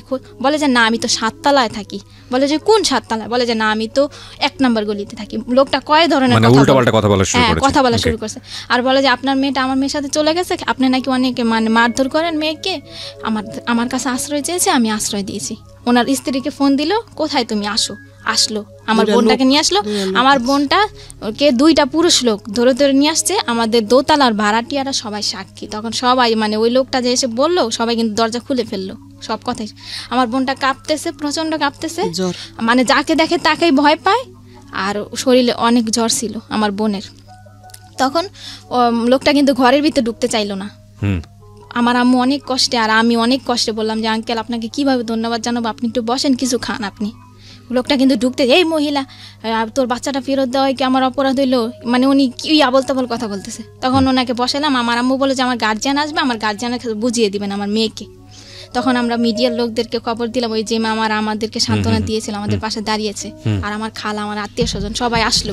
ওই আয়োর যে মামলার যে আয়ো আজম এসআই, ওনাকেও খবর দেওয়া হলো, আমার আম্মু খবর দিল। স্কুলের প্রধান শিক্ষককেও আমার আম্মু খবর দিল, কিন্তু ওই খন্দকার জান্নাতুল ফেরদৌসকে কিন্তু আমার আম্মু খবর দেয়নি। আর উনি কিন্তু এই 1 দিনের মধ্যে আমার আম্মুকে কোনো ফোনও দেয়নি, কোনো খোঁজ খবরও নেয়নি, এমনকি কোনো সাহায্য করে নাই। ওই খন্দকার জান্নাতুল ফেরদৌস আমার বোন ঘরে ঢুকার 5 মিনিটের মধ্যে উনি এসছে 3টা মেয়ে নিয়ে। উনি কিভাবে জানলো যে আমার বোনটা ঘরে আসছে? বড় বড় 3টা মেয়ে নিয়ে আসছে। 3টা মেয়ে এসে মানে আমার মার সাথে ঝগড়া শুরু করছে যে কেন আমার মা পুলিশ নিয়ে গিয়ে ওই মহিলার বাসায় খুঁজতে গেছে। তখন আজম যে কেসের যে আয়ো, উনি বলল যে আপা দেখেন, আপনার মেয়ে যদি হারানো গেত তাহলে আপনিও খুঁজতে আসছেন, ওনার মনের অবস্থাটা আপনি বুঝেন। তখন তা খন্দকার জান্নাতুল ফেরদৌস বললো আমি আজকে অ্যাকশন নিব, আমার মান ইজ্জত কিছু রাখে নাই, পুলিশ নিয়ে আমার বাড়িতে গেছে। এই পরে আজম বলল যে দেখেন আপনি বাচ্চা নিয়ে বড় কথা বলবেন না, আর ওনার মনের পরিস্থিতিটা বুঝেন, আপনি কি অ্যাকশন নেবেন, এইগুলা কোন ধরনের কথা বলতেছেন? মানে আমি যেটা বুঝতে পারছি, তখন পর্যন্ত আপনারা কেউ জানেননি যে ওর সাথে কি হয়েছে। ও জানে সব। আপনারা নরমালি যেটা জানেন যে ঠিক আছে, মানে বাচ্চা পাইছি, সুতরাং এটাই অনেক বড় কিছু। হ্যাঁ বলেন। তারপরে কথাবার্তা শেষ করে ওই 3টা মেয়ে কিন্তু ঝগড়া করছে, আর বাড়ির ভাড়াটিয়াদের গেট টোকায় আমার আম্মুর নামে খারাপ খারাপ মন্তব্য করেছে, এমনকি ঘরের মধ্যে আমার আম্মুর সাথে ঝগড়া করছে, গায়ের মধ্যে হাত তুলতে পর্যন্ত আসছে। রাজিয়া, সুরমা জাহান রাজিয়া, মহিলার যে সহযোগী ফার্মেসিতে কাজ করে, ওই রাজিয়া মহিলা কিন্তু কোনো কথা বলে না, ওই 3টা মেয়েই কথা বলতেছে। আর মিতু আসছে, মিতু নাকি ওনার বোনের মেয়ে। মিতু এসে বলতেছে যে গণতান্ত্রিক বাংলাদেশে বিনা কারণে কাউকে জেল খাটানো যায় না, এখানে কিন্তু কোনো জেল খাটানোর কথা উঠে নেই। ওনারা কিন্তু নিজে নিজে একটা আওয়াজ হচ্ছিল। হ্যাঁ তারপরে কি হলো? হ্যাঁ তারপরে ওনারা সবাই চলে গেছে, কেসের আয়ও চলে গেছে, স্কুলের প্রধান শিক্ষক আসছে এখন। প্রধান শিক্ষক এসে বলতেছে যে এই মেয়ের মা মেয়েকে অনেক অত্যাচার করে, মেয়ে আমার কাছে অনেক দিন বলছে স্কুলে, এই মেয়ের মা মেয়েকে এত অত্যাচার করছে যে মেয়ে চলে গেছে অন্যদের বাড়িতে। তখন হেড স্যার ওকে গিয়ে ধমকাচ্ছে ভিতরের রুমে, যে এই মেয়ে মানে ওকে নাম ধরে বলতেছে যে তুই কার সাথে গেছিস। তখন ও বলছে যে তাসনিম। বলে যে কশাকার তাসনিম না খশাকার তাসনিম, এই প্রশ্নটা ওকে 3বার করা হয়েছে, ও কিন্তু বলছে যে কশাকার তাসনিম।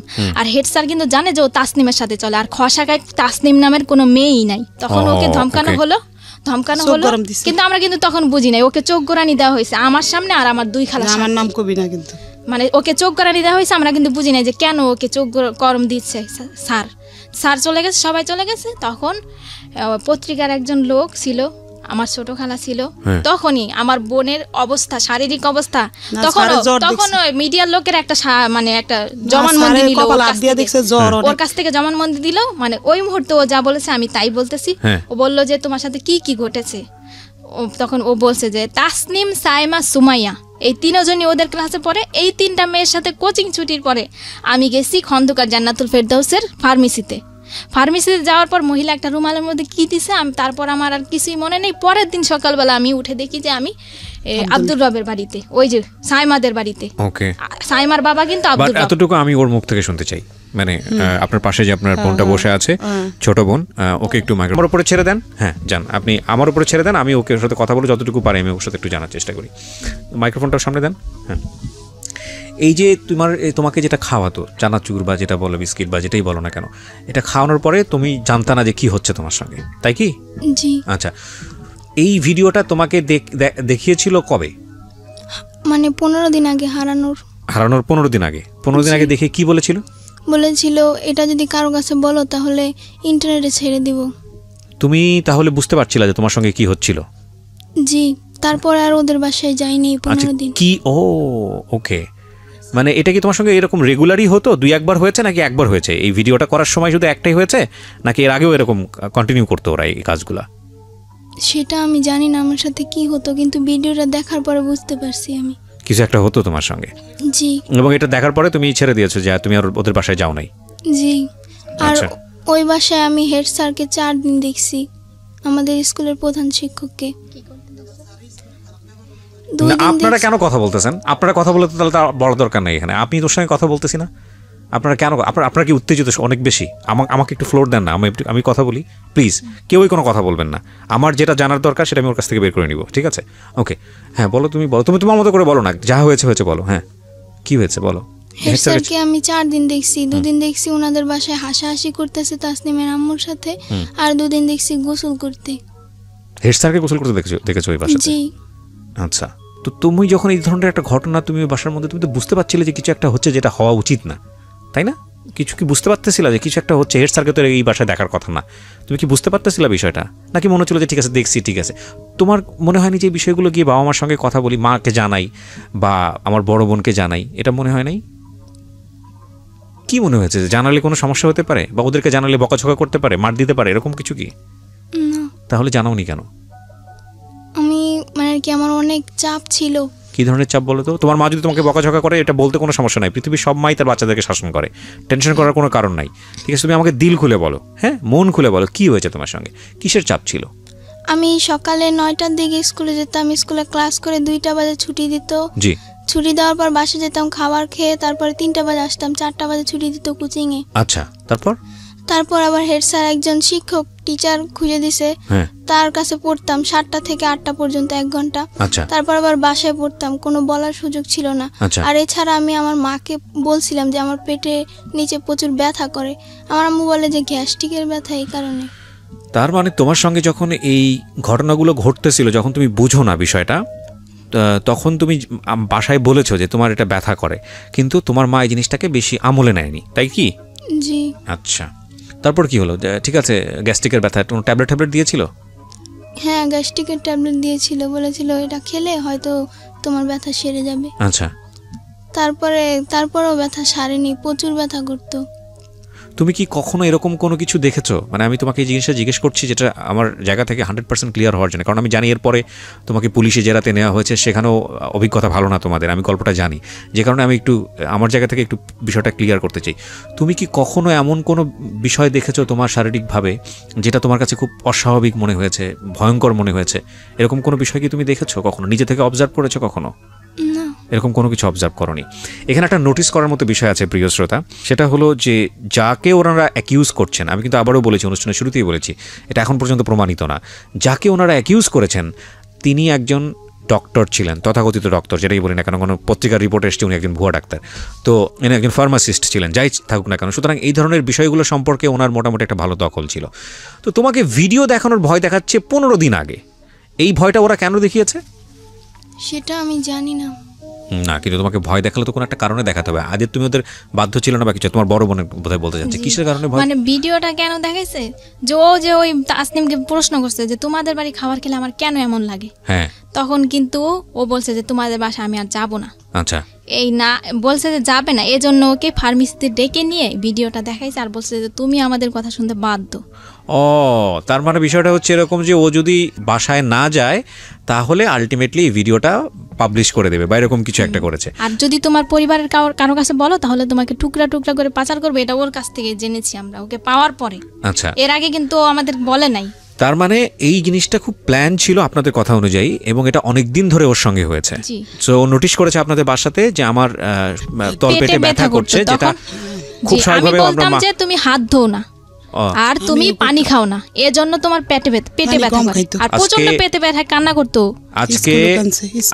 আজকে খেয়াল রাখেন এই সেন্টেন্সগুলা, এই বিষয়গুলা প্রিয় শ্রোতা, আমি বারবার আপনাদেরকে বলছি যে আমি বহুবার রেডিওতে এই জিনিসগুলো খুব ডেডলি, খুব সাহসের সঙ্গে উপস্থাপন করেছি। আমি জানি না বাংলাদেশে কোনো গণমাধ্যমে এতটা মানে ডেডলি কোনো সোশ্যাল ইস্যু, কোনো ফ্যামিলি ইস্যু কখনো আসে কিনা। আমি সেজন্য সমালোচিত হয়েছি বিভিন্ন জায়গাতে, সোশ্যাল মিডিয়াতে অনেক উল্টাপাল্টা কথাও বলা হয় আমাকে নিয়ে, আমি বাট সেটার জন্য আমার কোনো কনসার্ন নেই। বাট আমি আপনাদেরকে বলি যে শিশু যৌন নির্যাতন বা সেক্সুয়াল অ্যাবিউজ, এটার যে মানে রেট কতটা ভয়াবহ সারা দুনিয়াতে, বাংলাদেশে তো অবশ্যই। কোনো শিশু যদি কোনো পার্টিকুলার বিষয় নিয়ে কোনো কথা বলে, শরীরের কোনো একটা পার্টিকুলার বিষয় নিয়ে, সেটাকে এই যে ওনারা যেভাবে মানে উড়িয়ে দিয়েছেন যে ঠিক আছে তুমি হাত ধোও না সেজন্য তলপেট ব্যথা করে, তুমি ঠিকমতো খাওয়া দাওয়া করো না, তোমার গ্যাসের প্রবলেম। কিন্তু এই সামান্য ঘটনা, যেটাকে সামান্য মনে করেছে, সেটা যে কত অসামান্য এবং কত ভয়ানক রকমের সমস্যা হতে পারে এই সামান্য ব্যথার পেছনে, এটা যদি পরিবার আগে থেকে খেয়াল করতো তাহলে হয়তো এই মেয়েটার জীবনে এরকম দিন হয়তো বা আসতো না। আমি একটু সামনের দিকে আরেকটু আগাতে চাই।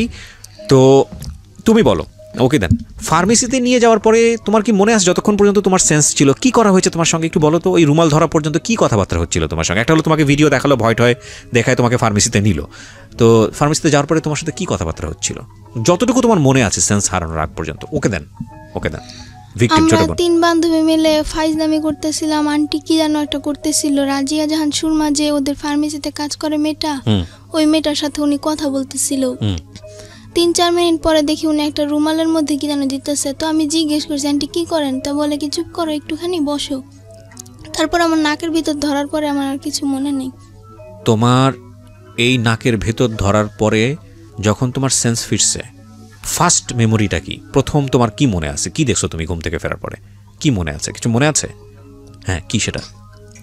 আমি ওখানে আমি যখন নাকি ঘুম থেকে উঠি তখন দেখি সাইমাদের বাসায়। সাইমাটাকে তোমার বান্ধবী? জি। আচ্ছা, হ্যাঁ, সাইমাদের বাসায়। হ্যাঁ, ওখানে ওর বাবাকে দেখছি, ওর আর একটা লোককে দেখছি, আর একটা মেয়েকে দেখছি, হ্যাঁ, আর ওর মাকে দেখছি, হ্যাঁ। তো আমি সাইমাকে জিজ্ঞেস করছি যে আমি এখানে কেন, আমি তো ফার্মেসিতে থাকি। তারপর একজন ডাক্তার আসছে, ডেলিভারি রুগী থেকে ওরে দেখবো, সে নরমালি দেখবো। দেখার পর আমি বলছি হারাই গেছে, এই কথা বলছি। হারাই গেলের কথা বললে ওই জায়গা করে পরীক্ষা নিরীক্ষা করে যে হারাইয়া গেছে মানে কোনো সমস্যা হয়েছে কিনা। তখন মহিলা পুলিশ দিচ্ছে একজন আর পুরুষ পুলিশ 2 জন। এই 2-3 জন আমাদের সাথে এই 11টার থেকে 3টা পর্যন্ত দাঁড়াইছিল। দাঁড়াই থাকার পরে চেক করছে ওরে। আমার বোনও ছিল লগে, আমার ওই সাংবাদিক উনিও ছিল একজন পেপারের। ওইরা উনি বলে যে এই বাচ্চার সাথে তো খারাপ কিছু হয়েছে, একের অভিজ্ঞবার। তখন আমি মনোওয়ালের লগে জানেন নিজে পইরা গেছি আমার বাচ্চার সাথে কি হয়েছে। তখন আমার সকাল ওসিজিতে ঢুকাই দিয়েছে রাইতে 3টা বাজে। আমি রাইতে ছিলাম, সকালে বাসায় গেছি। আবার আমার আর থাকতে দিছে না ওইখানে, এখানে মা থাকতে পারে না। জি, আমি বলতে চাই, আর ওকে যখন পাওয়া গেল ওই কিন্তু এই ভিডিওর কথাগুলো আমাদের কাছে বলে নাই। আচ্ছা, শুধু ওই ফার্মেসির কথাই বলছে। তখনও জানেন না? তখনও আমরা জানি না যে ও কিন্তু ও জানে। তারপরে ওকে ঢাকা মেডিকেলে 4 দিন রাখা হলো এবং কি ঢাকা মেডিকেলের পুলিশরা ছাড়পত্র দিয়ে বললো যে আপনারা কি মামলা করছেন? তখন আমার আম্মু বলে যে না, বলে যে আপনারা মামলা করেন, আসামিদেরকে গ্রেফতার করেন। জি, তখন আমরা মামলা করতে গেলাম, আমার মার কেস নেয় না থানায়, নিবে না আমার আম্মুর কেস। পাঠাইছে। কি করেছে আপনাকে থানা থেকে বলেন তো? থানায় আমার মামলা নেয় না, কয় কি মেডিকেলের রিপোর্ট যাব না আসবো, এবার আমরা মামলা করতে পারবো না। আচ্ছা, তখন ওই সাংবাদিক করে ফোন দিছি, ওরা গেছে বরং মামলা লইব। অন কি করবো, আয়োরে পাঠাইছে মেডিকেল। আয়ো যায়া মোবাইলে মাইয়ার জবানবন্দি নিয়ে আসছে, তারপর মামলা করছে। মানে আয়ু সহযোগিতা করছে? হ্যাঁ, আয়ু মেডিকেল পাঠাইছে ওসি। আচ্ছা, যাইয়া মেডিকেল থেকে না ওনাদের কিছু ফর্মালিটিস আছে সেটা মেইনটেইন করতে হবে। ওইটা কইতে পারে নাই, ভিডিওর গুলা বলতে পারে নাই, পরে অসুস্থ ছিল। আচ্ছা, বলছে আমি ওই না সানবারে গেছি, তারপরে দেখি সাইমাকে বসে, এইটুকু পর্যন্ত বলতে পারছে। হ্যাঁ, তারপরে আয়ু আইনা ওসির কাছে দিছে, ওসি গ্লেস লেখছে, আসামি ধরছি আনছি থানায়। হ্যাঁ, ওই সুমায়ার মারে ধরাই নেই। হ্যাঁ, সুমায়ার মা যে এই লোক জড়িত আমরা জানি না।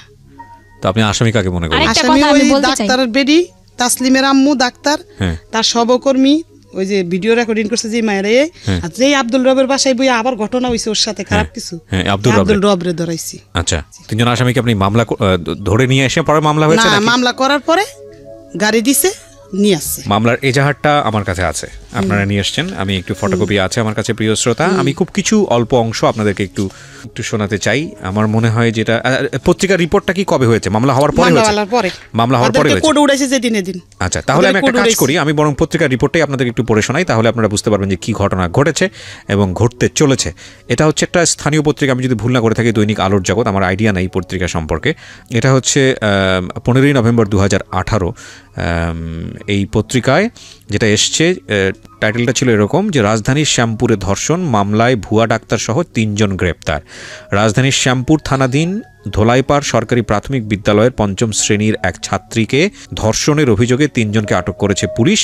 বাদী সালমা আক্তার 40, যিনি আজকে আমার সঙ্গে স্টুডিওতে আছেন, ইনি জানিয়েছেন গত 8ই নভেম্বর বৃহস্পতিবার আইরিন ব্র্যাকেটে ছদ্মনাম, আপনি আপনার মেয়ের নাম এখানে ব্র্যাকেটে ছদ্মনাম ব্যবহার করেছেন, আমরা নিজেরা নাম উচ্চারণও করিনি আজকে এখানে।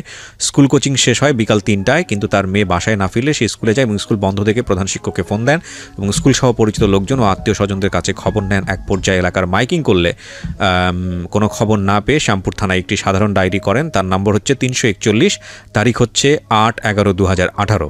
পরদিন শুক্রবার সন্ধ্যা আনুমানিক 7টায় তারা জানতে পারেন তাদের মেয়ে মামলায় অভিযুক্ত আটককৃত আসামি আব্দুর রবের বাসায় আছে। তৎক্ষণাৎ তারা আব্দুর রবের বাসা থেকে অচেতন অবস্থায় তার মেয়ে আইরিনকে উদ্ধার করে তাদের বাসায় নিয়ে আসে। তাদের মেয়েকে পাওয়া গেছে শুনতে পেয়ে স্কুলের প্রধান শিক্ষক, জিডির তদন্ত কর্মকর্তা সাব ইন্সপেক্টর মোহাম্মদ, নামটা এখানে কেন আসেনি, আচ্ছা ঠিক আছে, সাংবাদিকরা উপস্থিত হন, কিন্তু আইরিনের কোনো হুঁশ না থাকায় কি হয়েছিল সেটা জানা যায়নি। এক সময় রাত আনুমানিক 9টায় হুঁশ ফিরলে সে জানায় স্কুল কোচিং শেষে মামলার আটককৃত আসামি খন্দকার জান্নাতুল ফেরদৌসের স্কয়ার হেলথ কেয়ার ফার্মেসিতে গেলে, এই ফার্মাসির নাম কি স্কয়ার হেলথ কেয়ার, আচ্ছা স্কয়ার হেলথ কেয়ার ফার্মাসিতে গেলে তার মুখ অচেতন নাশক ঔষধ মাখায় এবং এরপর তার আর কিছু মনে নেই। পরদিন শুক্রবার কেন সে আব্দুর রবের বাসায় গেল তা সে জানে না। একথা শুনে তার পরিবার রাতে ঢাকা মেডিকেল কলেজ হাসপাতালে ভর্তি করলে মেয়ের শারীরিক অবস্থা খারাপ দেখে ওসিসিতে ভর্তি করা হয়। পরে আইরিনের মা সালমা বেগম রবিবার রাতে শ্যামপুর থানায় একটি মামলা দায়ের করলে গোপন সংবাদের ভিত্তিতে পুলিশ রবিবার রাতে 3 জনকে আটক করে পরদিন সোমবার 5 দিনের রিমান্ড চেয়ে আদালতে সোপর্দ করেন। এরপরের টুকু আমার সংবাদে আর নাই, কিন্তু এখানে আমি অবশ্যই ধন্যবাদ দিব আইন প্রয়োগকারী সংস্থা, বিশেষ করে পুলিশকে। আমি এটা সত্যি আমি যখন এই ধরনের কোনো অ্যাক্টিভিটিস দেখি আমার খুব ভালো লাগে, আমার খুব গর্ব করতে ইচ্ছে করে। I am really proud because police এই সব জায়গাগুলোতে খুব সেন্সিটিভ। সেটা হচ্ছে যে আমরা জানি যে ওনাদেরকে সোপর্দ করার পরে ওনাদেরকে আবার আদালতে হাজিরা করা হয়েছে জামিনের জন্য, কিন্তু পুলিশ স্বেচ্ছায় যেটা করেছে যে ওনাদেরকে যাতে জামিন না করা হয় সেটার একটা ব্যবস্থা করেছে এবং আমি যতদূর জানি ওনারা এখনও জেলে আছে, আমি যদি ভুল না করে থাকি, ঠিক? সো সেটার লেটারও আমি দেখতে পাচ্ছি এখানে আপনারা পুলিশ স্বেচ্ছায় এই এটা করেছে, কারণ ওনাদের তো আপনাদের তো উকিল ধরতে হতো, আপনারা কি উকিল ধরেছিলেন? উকিল আছে আমার আছে, তো ঠিক আছে, 3 জনকে ধরে নিয়ে গেল। আমি সময় পেলে আরও কিছু ডকুমেন্টস আমি আমার শ্রোতা যারা আছেন তাদেরকে পড়ে শোনাবো। হ্যাঁ হ্যাঁ। মামলা করার পরে মানে থানার লোকেরা জিজ্ঞাসাবাদ করলো আমার বোনকে, আমার মাকে। ওসি বললো যে সবে তো মাত্র থাকা শুরু, এখানে আরো কত থাকতে হবে। কে বললো এটা? ওসি, থানার ওসি আমার মাকে বললো। ওসিতে 4 দিন থাকার পরে বাচ্চাকে থানায় নেওয়া হলো। থানায় একটা রাত রাখার পরে পরের দিন সকালবেলা কোর্টে ওঠা হলো ম্যাজিস্ট্রেটের কাছে জবানবন্দি দেওয়ার জন্য। তখন কিন্তু আমার বোন ভিডিওর কথাটা বললো ম্যাজিস্ট্রেটের কাছে জবানবন্দি দেওয়ার আগে। আচ্ছা, আর এর যে 4 দিন যে আমার বোন ঢাকা মেডিকেলে ছিল ওইখানে কিন্তু আমাদের বেশি থাকতে দেওয়া হয় নাই, ওর সাথে কথাও বলতে দেওয়া হয় নাই, আর ও আমাদেরকে বলেও না। আর ঠিক আছে, ওখানে ফর্মালিটিস আছে, তোমার বোন তো বলেছে, তখন কিন্তু বলেছে ভিডিওর কথা। তখন আমরা বলছি যে তোমার বেশি কথা ওর সাথে বলি না, বলছি তোমার সাথে যা যা অন্যায় হয়েছে, তোমার সাথে যা হয়েছে খারাপ হয়েছে, তোমার সাথে যা যা হয়েছে তুমি সব বলবা। এমনকি প্রধান শিক্ষক স্কুলে মানে কৌশলে ওকে ডেকে নিয়ে শরীরে বিভিন্ন জায়গায় স্পর্শ করতে। এমন তোমাদের কাছে বলেছে? জি বলেছে। আচ্ছা ওর কাছ থেকে শুনে একটু। এইরকম একটা ঘটনা তোমার তুমি কি বলেছো এটা তোমার ফ্যামিলিকে বলেছো যে প্রধান শিক্ষকের বিষয়টা, নাকি ওরা তোমাকে আজকে সাজিয়ে গুছিয়ে এখানে নিয়ে আসছে এই ধরনের কথা বলার জন্য? না করতো এরকম প্রধান শিক্ষক করতো তোমাকে? জি। তো করতো, তুমি বাসে এসে কেন বলতে না বলো তো? যেদিন আমি মানে কি বৃহস্পতিবার ছিল যেদিন হারানোর দিন, সেদিন টাচ করেছিল। ওই একদিনই করেছে নাকি আর বেশ কয়েকদিন করেছে? ওই দিনই শুধু করেছে, ওই হারানোর দিন। মানে ওই ঘটনার পরে তুমি ফার্মেসিতে যাও? ওই ঘটনার পরে আমি বাসায় যাই, বাসায় যে খাবার খেয়ে আবার তারপরে তুমি স্কুলে আসো, এসে কোচিং এর পরে তুমি ফার্মেসিতে যাও, রাইট? কোচিং শেষের পর। জি আমি আরেকটা কথা বলছি, ওকে জিজ্ঞাসা করেন যে হেড স্যার ওকে কি বলতো তোমাকে? হেড স্যার আমাকে বিভিন্ন খারাপ কথা বলতো। হেড স্যার কোথায় আছে? আমার বাসায়ও সাইড। না হেড স্যার এখন কোথায় আছে? স্কুলে। ওনার নামে মামলা হয়নি? ওনার নামে মামলা করতে চাইছি, কাছে বলতে পারে নাই, ছোট মানুষ। আর থানায় কইছি করে নাই। থানায় যেদিন ওই ওর নামে মামলা, এই দিনে ওনার নামে মামলা হইতো। এত বড় একটা ঘটনা ঘটে গেল, প্রধান শিক্ষকের ব্যাপারে আপনারা তো আগে থেকেই বিষয়গুলো আপনারা কিছুটা হলো টাচ করতে পারছিলেন, যদি আপনাদের কথা সত্য হয়ে থাকে। তাহলে আপনি মামলাতে শুধুমাত্র 3 জনের নাম কেন দিলেন? প্রধান শিক্ষকের নাম কেন জড়ালেন না? দিতে চাইছি, থানার কেউ লয়নি, সাক্ষী ওই সাংবাদিকেরা লইব না, প্রধান শিক্ষকের নাম লইব না। তারপরে এখন আবার কি করে শুনবেন, এখন আবার মেডিকেলের সার্টিফিকেট বাইরেছে পর আবার আমাদেরকে ডাইকা নিছে থানায়, ওই আজম ডাইকা নিয়ে আমার বড় বোনের সরকার। এখন বলে যে ওই মহিলা যে ভিডিও রেকর্ডিং করছে ওগুলা বাদ, আগের দিন ধরবো না, সেদিন রাইতে রেপ করছে কেটা সেটা নাম বলো তুমি। কথা স্যার বুঝছেন? সেটা তো বলতে পারবে না, কারণ বিগত সেন্সলেস ছিল। পারে না, অন বলতাছে আগের ঘটনা বাদ, আগের ঘটনার বাদ। আমি কেন আমার মেয়ে যদি ধারাবাহিকভাবে আসি, ও দাবি করছে যে হেড স্যারের সঙ্গে খারাপ ব্যবহার করেছে, কিন্তু আপনারা সেখানে নতুন করে নাম ঢুকাতে পারেন নাই। কিন্তু আপনারা কি জানেন, আপনারা যে লয়ারকে ধরছেন সেটা হচ্ছে যে এই মামলার চার্জশিট কি দেওয়া হয়েছে? মামলার চার্জশিট দেওয়া হয়নি। ওর লয়ারের নাম্বার আছে আপনার কাছে? ওকে, লয়ারের সঙ্গে আমরা কথা বলছি। আচ্ছা, এই লয়ার আপনার এই বিষয়টা ডিল করছে। ওকে, আমরা লয়ারের সঙ্গে কথা বলছি। প্রিয় শ্রোতা, আপনারা স্ট্যান্ড বাই থাকুন। আমাদের এই লয়ার বিষয়টি নিয়ে কতটুকু ইনভলভ বা আদৌ তিনি আমাদের সঙ্গে কথা বলতে চান কিনা সেটা আমরা একটু আপনাদের সঙ্গে ইনভলভ করাচ্ছি।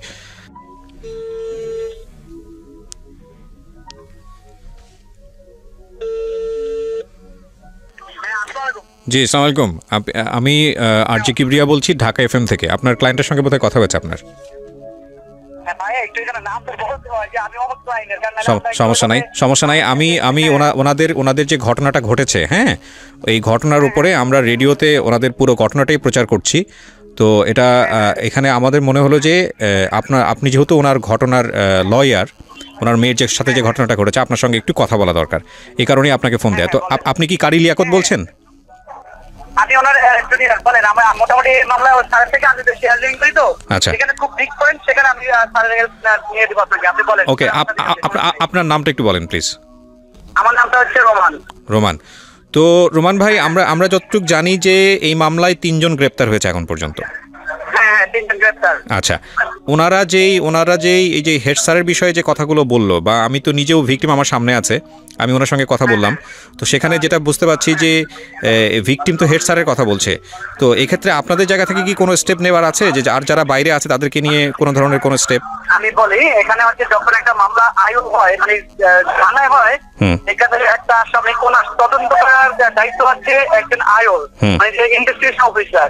উনি একটা ঘটনা জানবে বাদী থেকে, হ্যাঁ, বা অভিযোগ থেকে জানবে, জেনে উনি ওনার যে পয়েন্ট গুলো আছে, যে ওইগুলো আছে, ওইগুলো অনুযায়ী উনি একটা ঘটনার সাথে কে জড়িত থাকতে পারে। ফর এক্সাম্পল, আমি এক্স কে বললাম যে এক্স এই কাজটা করছে, কিন্তু উনি তদন্ত করে দেখলো ওয়াই হয়েছে, ওয়াই ওটার সাথে জড়িত আছে, তো এটা সম্পূর্ণ দায়িত্ব হচ্ছে ওনার। এখন উনি যদি এক্স কে এক্স সত্যিকারী মানে লায়াবেল, বাট উনি এক্স কে বাঁচিয়ে বলো যে এক্স না, ঠিক আছে, আকাশ কেউ, এই ক্ষেত্রে হচ্ছে আমরা করতে পারবো কি, যখন মামলাটা কোর্টে আসবে, জিএস আসবে, তখন আমরা নারাজি দিব যে না, এটাই হয় নাই, আমরা অধিকতর তদন্ত অন্য কোনো এজেন্সি দ্বারা চাচ্ছি, ঠিক আছে।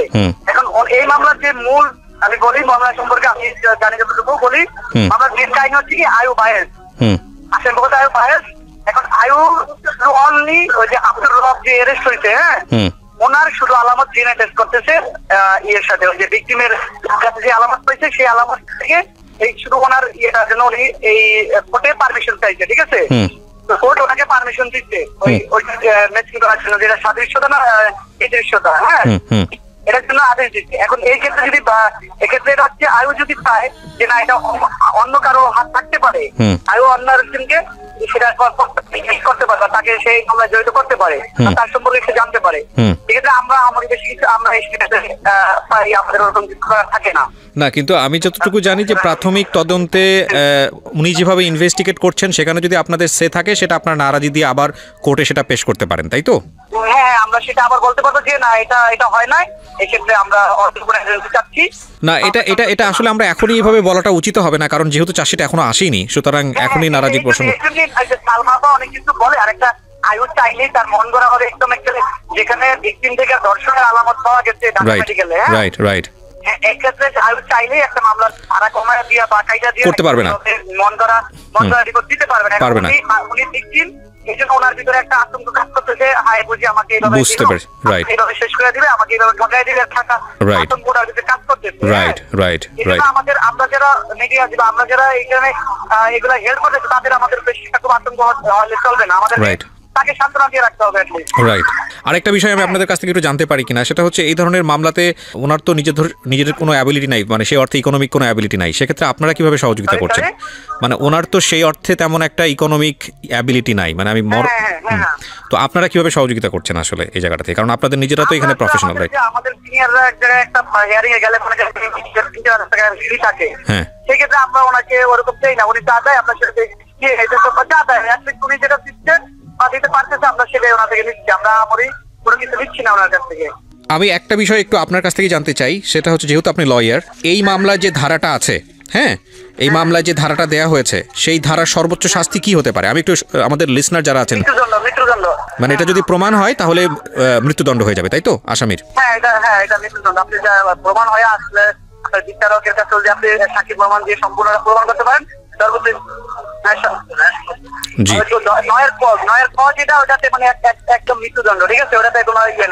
ঠিক আছে Romel, thank you so much আমাদেরকে সময় দেওয়ার জন্য, থ্যাংক ইউ। আপনার সামনেই কথা বললাম, আমাদের লিসনাররাও শুনলো, এটা সব পুরো মানে একবারে আনকাট ভাবে রেডিওতে প্রচার করছি আমি, পুরো কথাটাই হলো। সেটা হচ্ছে যে এগুলো করতে গেলে এক ধরনের বিভিন্ন রকমের মানসিক জটিলতা, মানসিক চাপ তো আছে, সিস্টেমেটিক জটিলতা আছে, আমরা জানি এগুলো আইনের ব্যাপার, বছরের পর বছর ধরে চলতে থাকে। তবে ন্যায় বিচার আসবে এই বিশ্বাসটা রাখতে হবে, প্রথম কথা হচ্ছে এটা। আর দ্বিতীয় কথা হচ্ছে যে যিনি ভিকটিম তিনি উপস্থিত আছেন, যারা এতক্ষণ ধরে শুনে এসছেন, নতুন করে বলার কিছু নেই, কিন্তু যার নামটা এখানে চলে এসছে যেটা আমাকে ভয়ানকভাবে আঘাত করেছে, সেটা হচ্ছে এই সরকারি প্রাথমিক বিদ্যালয়ের প্রিন্সিপাল। ওনার নাম যেহেতু এসছে, উনি সম্মানিত ব্যক্তি, যেহেতু মামলাতেও নেই এবং এটা প্রমাণও হয় না, যেহেতু ওনার নাম মামলাতে যেহেতু নেই, এখন পর্যন্ত প্রমাণ যেহেতু হয় না, সুতরাং সেই জায়গাটি থেকে আমরা আসলে দাবি করতে পারি না উনি এই ধরনের কাজ করেছে নাকি করেনি, কারণ এটার এখতিয়ার কেবলমাত্র কোর্টেরই আছে। কিন্তু যেহেতু এই ধরনের একটা অনুষ্ঠানে তার নাম এসছে, সুতরাং আমরা এটা নৈতিক দাবি মনে করছি তার সঙ্গে কথা বলার, এবং তিনি যেটাই বলুন না কেন সেটা তার বলার অধিকার আছে। তো সেই জায়গাটা থেকে তিনি আমাকে একেবারেই চেনেন না, আমি ফোন একেবারে আনকাট অবস্থায় তাকে দিচ্ছি, এরপরে দেখা যাক কি ঘটনা ঘটে। কি নাম বললেন? সালাউদ্দিন, ধোলাইপাড় সরকারি প্রাথমিক বিদ্যালয়। আচ্ছা,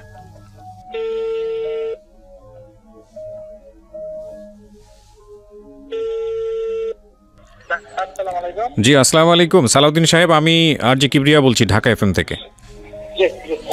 আচ্ছা, বিষয়টা যেটা হচ্ছে যে আপনার স্কুলের, হ্যাঁ, ধোলাইপাড় সরকারি প্রাথমিক বিদ্যালয়ের ৫ম শ্রেণীর ছাত্রী, আমরা ওর নামটা মেনশন করছি না রেডিওতে, আপনি কেসটা নিশ্চয়ই জানবেন।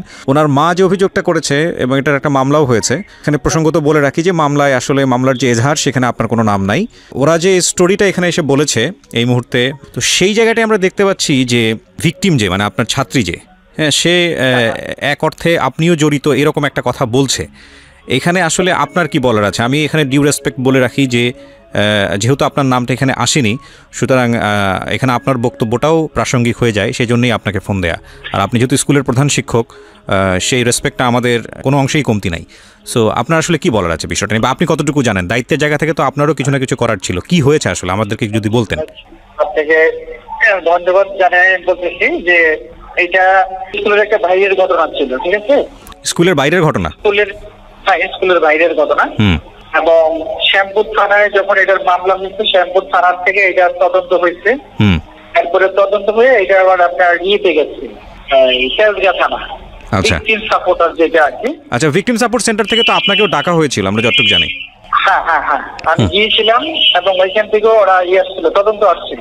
আচ্ছা, ওইখান থেকে ওই তাপসিংহা নামে এক পুলিশ অফিসার আসছিল। আমি ছিলাম না ওইদিন, আমি ছুটিতে ছিলাম। উনি আমার সহকারী প্লাস হলো আমার যে স্টুডেন্টরা ছিল ওদের থেকে একটা স্টেটমেন্ট উনি নিয়েছে। আচ্ছা, যেদিন এই ঘটনাটা হয়েছে সেদিন ছিল বৃহস্পতিবার, জিএসসি পরীক্ষা চলে তখন। জি, আমি আমার এক সহকারীকে নিয়ে পরীক্ষার কেন্দ্রে গিয়েছিলাম। ওই সহকারীও স্টেটমেন্ট দিয়েছিল, স্যার আমি একসাথে আপনার 9:30টার দিকে পরীক্ষার হলে থাকি এবং ওইখান থেকে আমরা প্রায় 1টা-1:30টার দিকে ওইখান থেকে না। কিন্তু একটা বিষয় তো এখানে স্পষ্টভাবে এসছে যে আপনার স্কুলে আসা অবস্থায় হচ্ছে সে মানে হারিয়ে যায়, এবং এ ব্যাপারে যেটা হচ্ছে যে সালমা যিনি অভিযোগ করলেন যে আপনার সঙ্গে বহুবার যোগাযোগ করেছে, আপনার কাছ থেকে সাহায্য চেয়েছে তার বাচ্চাকে খুঁজে পাওয়ার জন্য, সেক্ষেত্রে আপনারা কোনো সহযোগিতা করেননি, এটা আসলে কতটুকু সত্য? সম্পূর্ণ মিথ্যা কথা। আচ্ছা, উনি আমার বাসায় যখন গেছে 3টার পরে, আমি তখন রাত খেয়ে তখন স্টুডেন্ট পড়াচ্ছি আমার বাসায়, কারণ জিএসসি পরীক্ষার কিন্তু এরপর দিন হলো ইংরেজি পরীক্ষা। বাসায় পড়াচ্ছেন মানে আপনি প্রাইভেট পড়াচ্ছেন তাই তো? আমার হ্যাঁ, ওই তো স্টুডেন্ট ছিল আর কি। আচ্ছা, ওরা বাসায় আসে। আচ্ছা আচ্ছা, এখানে আরেকটা বিষয় এসছে সালাউদ্দিন সাহেব, সেটা হচ্ছে যে আমরা এরকম শুনলাম সালমার কাছ থেকে যে মানে বাচ্চাদেরকে এইরকম বাসায় পড়ানো বা কোচিং পড়াতে এটা বাধ্য করা হয়, এটা আসলে কতটুকু সত্য আপনার স্কুলের ক্ষেত্রে? না, এটার কোনো সত্যতা নাই, এটা মিথ্যা কথা। আর আমাদের ওই যে আছে আপনার যে পঞ্চম আর অষ্টম, আমাদের এখানে অষ্টম পর্যন্ত আছে। জি, অষ্টম পর্যন্ত। পঞ্চমের আমাদের থাকে যে পঞ্চম পিছিয়ে পড়ে ছেলে মেয়েদেরকে আমরা বিশেষ একটা ক্লাসের ব্যবস্থা করে থাকি ছুটির পরে। আচ্ছা, এটা আমাদের অফিস থেকে একটা নির্দেশ থাকে যে ওদেরকে আপনারা যে করেই হোক পিছিয়ে পড়া ছেলে মেয়েদেরকে একটু অগ্রসর করবেন। আচ্ছা আচ্ছা, আমাদের জায়গা থেকে একটা বিষয় আমরা বুঝতে পারছি যে আপনি যেটা বলছেন যে ওনারা যেটা অভিযোগ করছে সেটা সম্পূর্ণরূপে মিথ্যা, আপনার বিরুদ্ধে যে অভিযোগটা এসছে। আচ্ছা, আমরা সেটা প্রচার করছি। পাশাপাশি আমাদের যিনি ভিকটিম, আমরা তো তার নামটা মেনশন করছি না, আপনার ছাত্রী, তার কাছ থেকেও এরকম কথা এসছে যে আপত্তিকর জায়গাগুলোতে আপনার জায়গা থেকে এক ধরনের ইয়ে ছিল। আমি আসলে স্পষ্টভাবে উচ্চারণ করতে চাচ্ছি না এই বিষয়টা রেডিওতে। তো আপনার ছাত্রী ক্লাস 5-এ পড়ে। হ্যাঁ, আমি প্রশ্নটা একটু কমপ্লিট করি যে ওর কি আপনার প্রতি কোনো ব্যক্তিগত ক্ষোভ ছিল যে কারণে আপনার মনে হতে পারে যে আপনার সম্পর্কে মিথ্যা কথা বলছে, যেটা তো হওয়ার কথা না একটা শিক্ষকের বিরুদ্ধে। আসলে ওদের যে বক্তব্য, সেই বক্তব্য অনুযায়ী যেটা বুঝতে পারছি, যেটা লম্বা সময় ধরে হয়েছে, চেতনানাশক ঔষধ প্রয়োগ করে এটা লম্বা সময় ধরে হয়েছে, এটা আসলে স্কুলে থাকা মানে এটার সাথে আপনি জড়িতও ছিলেন না? ওইটা কি করছে না হচ্ছে ওগুলা আমি কিছু বলতে পারবো না। ওগুলা এটা কি করছে না করছে সেটা তাদের ব্যাপার। এটা স্কুলের বাইরে কি করছে না হয়েছে এটা পুলিশ ইনভেস্টিগেশন করছে। পুলিশ কি পাইছে না পাইছে সেটা আমিও জানি না। আপনার কাছে যেরকম বলছে আমি এরকম শুনছি, এর বেশি আর আমি কিছু বলবো না। খন্দকার জান্নাতুল ফেরদৌসকে কি আপনি চিনতেন? জান্নাতুল ফেরদৌসকে আমি তো স্টুডেন্ট নাকি চিনি, খন্দকার জান্নাতুল ফেরদৌস নামে কেউ চিনি না। খন্দকার জান্নাতুল ফেরদৌস হচ্ছে এই মামলার 1 নম্বর আসামি। এনার তো আপনাকে চেনার কথা, এতদিনে তো জানার কথা। আপনার স্কুলের ছাত্রী, সে ভিকটিম হয়েছে, আপনি তাকে চেনার কথা। কেউ যদি তাকে কিছু করে থাকে আমরা বলছি বারবার যে তার আমরা বিচার চাই।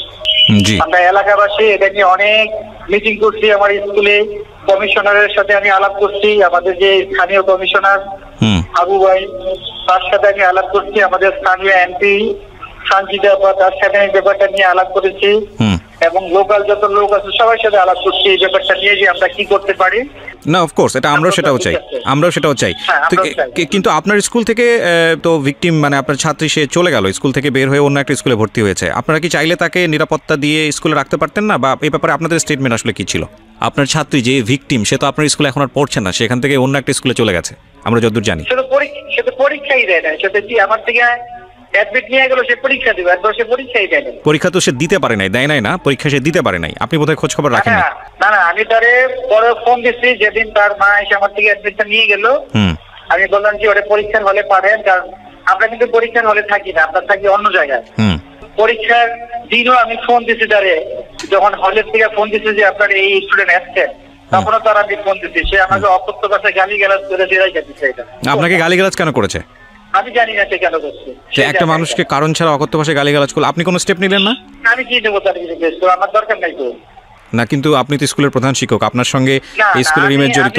আপনি যদি আমাদের বিনা কারণে কিছু বলেন, আমি আপনাকে কেন বলতে চাই? কোনো দরকার নেই তো আমার। আমি এলাকাবাসীকে বলছি যে সে এই বলে, এলাকাবাসী বলতে আপনার কিছু বলার দরকার নেই স্যার, আপনি ঠিক থাকেন।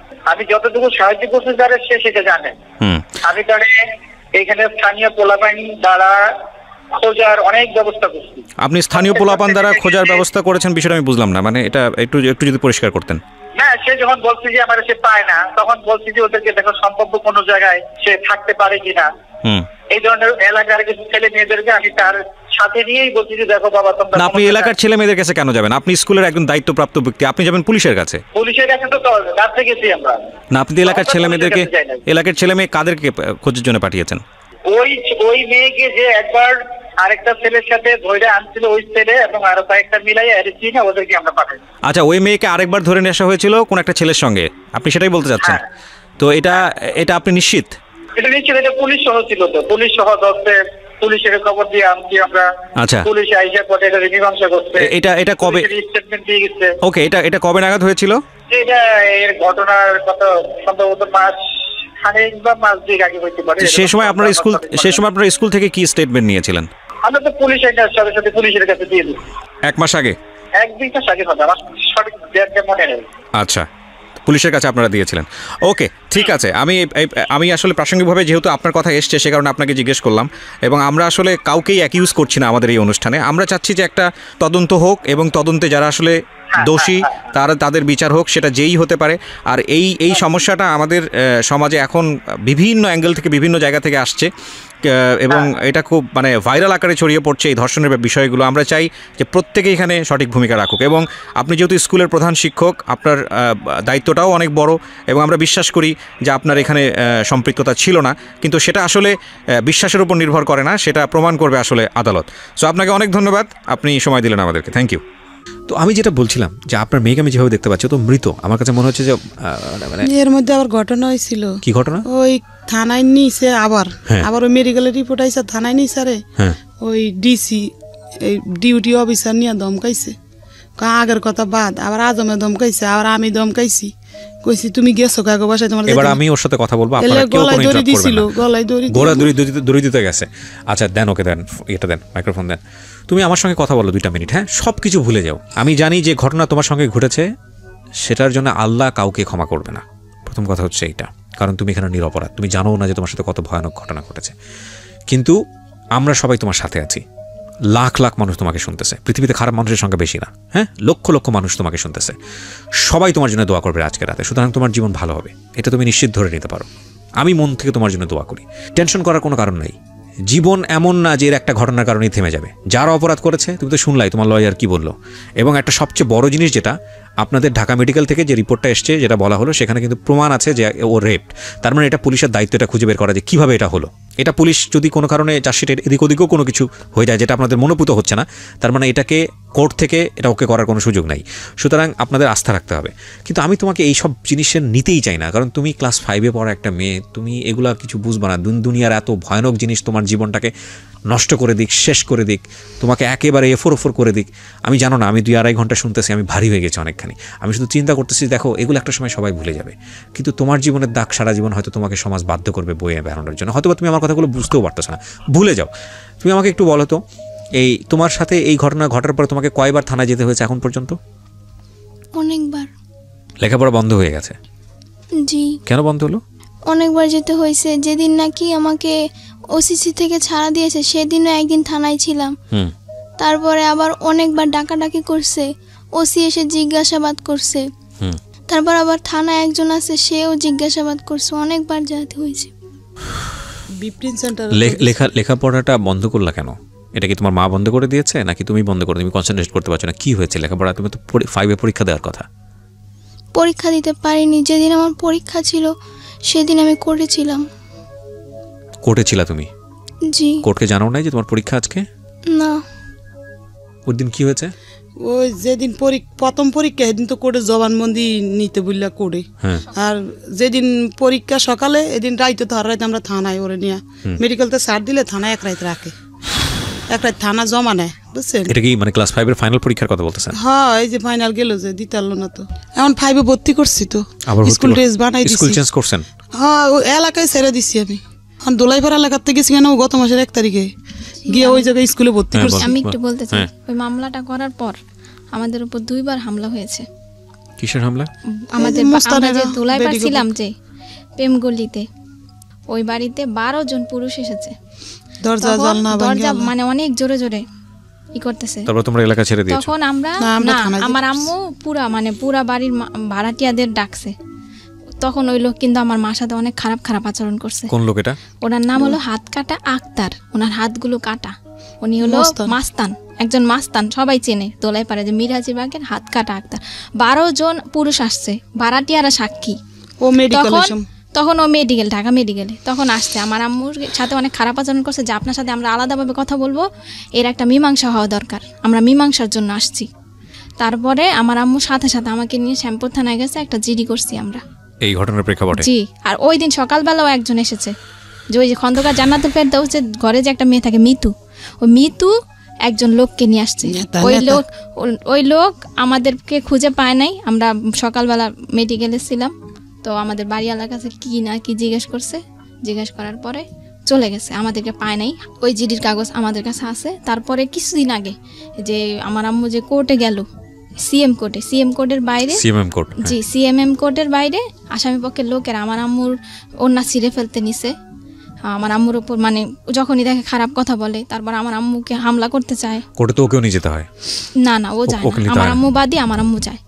তো আমার আম্মু কোতোয়ালি থানায় একটা জিডি করছে, সাধারণ হামলা হওয়ার পরে সাথে সাথে আমার আম্মু একটা জিডি। এবং আপনারা জায়গাটা ছেড়ে দিয়েছেন। আপনি এখন কি করেন পেশায়? ওই কাপড় বিক্রি করি। কাপড়, বোরকা পরে কাপড়? এই আরানের আগে কইলাম না কিস্তি পাইছি, এই টাকা দিয়ে মাল উড়াইছি, বেচতে পারি নাই। তো আমার কিছু বলার নাই। ঘরে একটা আলমারি আছিল, ওইটা 10,000 টাকা বিক্রি করছি। একটা আলমারি বানাইছিলাম ওই কাপড় চোপড় রাখার লেগে, মানে এটা বিক্রি করে লাইছি। এটা দিয়ে যে গাড়ি ভাড়া বুড়া দিয়ে কোর্টে যাই, ওই টুকটাক করে উকিলের 200-300 টাকা এই আলমারি বিক্রি করার টাকা দিয়ে বেচ চালাইছি। ওটা দিয়ে চলতেছে। একটা কথা বলতে পারি, শুধু ইতিহাসের জঘন্যতম একটা এপিসোড প্রচার হলো আজকের এই জীবন গল্পে। আমাদের যে মনুষ্য পরিচয় না, এই মনুষ্য পরিচয়গুলা, আমরা ভয়ানক খারাপ মানুষ। আমার এই সব মানে সিলেবাস এই খুব সুন্দর করে কথাবার্তা বলা, এগুলো সব থেকে বের হয়ে আসে, ভিতর থেকে যেগুলো আসতে সেটা আমি বের করতে পারতেছি না। আমি সরি টু সে, আমরা ভয়ানক রকমের বাজে মানুষ। আমি সাধারণত কখনোই মানে এতটা বেশি পেসিমিস্ট, মানে এতটা বেশি হতাশ হই না, এতটা বেশি ঋণাত্মক কথাবার্তা বলি না। বাট আজকে আমার খুব বলতে ইচ্ছে করছে, কেন জানি। লেভেল থাকা উচিত তো, তাই না? মানে একটা হচ্ছে, এটা তো অবশ্যই একটা পারভার্টনেস, ভয়ানক রকমভাবে বিকৃত মানসিকতার যারা, তারা এই ধরনের শিশু যৌন নির্যাতনের সঙ্গে জড়িত। কিন্তু এইটা ঘটনা ঘটে যাওয়ার পরে যে সিস্টেমের মধ্যে এদেরকে আমরা বেঁধে ফেলছি সঠিক বিচার পাওয়ার জন্য, হয়তো সেটার প্রয়োজনও আছে। এটা কি আরেক ধরনের রেপ না? একটা মানুষকে শেষ করে দেয়া না? এটা তো ভয়ঙ্কর রকম ভাবে আমার কাছে সেটাই তাই মনে হয়। আপনারা দেখুন, যেখানে সমাজের মানুষের পাশে দাঁড়ানোর কথা, যেখানে সমাজের চারপাশের মানুষ, বাড়িওয়ালা থেকে শুরু করে সবাই পাশে দাঁড়িয়ে বলার উচিত ছিল যে তোমাদের আজকে থেকে আমরা আছি তোমাদের পিছনে, টেনশনের কোনো কারণ নাই, ন্যায় বিচার পাওয়ার জন্য আমরা কাজ করব। সেখানে মাস্তানরা এসে ধমকি দিচ্ছে, সেখানে মাস্তানরা এসে বলছে যে এটা না করলে এটা মীমাংসা করতে হবে, কোর্টে গেলে অন্যার টেনে ছিঁড়ে ফেলছে। আচ্ছা, আমরা কি মানুষ? বুঝলাম যে এই কাজটা করেছে সে ভয়ঙ্কর রকমের অমানুষ, তার মৃত্যুদণ্ড শুধুমাত্র এনাফ না, তাকে তো আমি মনে করি কেটে কেটে কেটে কেটে কুকুর দিয়ে খাওয়ানো উচিত। জীবন্ত অবস্থায় একটা হাত কেটে ফেলা হবে, কেটে ওটা কুকুরকে দেওয়া হবে তার সামনে, সে দেখবে তার শরীরের একটা অংশ কুকুর খাচ্ছে এবং সেটা সে ফিল করবে। তারপরে আরেকটা আঙ্গুল কাটা হবে, তারপরে পাটা কাটা হবে, এবং ওই পাটা ঠিক করা হবে, তারপরে ঠিক করার পর আরেকটা পা কাটা হবে, এবং তাকে জানানো হবে 1 ঘন্টা পর তোমার পা কাটা হবে, 2 ঘন্টা পরে তোমার পা কাটা হবে, তাকে ভয় দেখানো হবে। তার পরিবারের ফ্যামিলি মেম্বারদের সবাইদেরকে মানে ফোকাস করা উচিত যে এই লোকের এই ফ্যামিলিতে থাকতো, এইরকম ভয়ানক রকমভাবে শাস্তি হওয়া উচিত।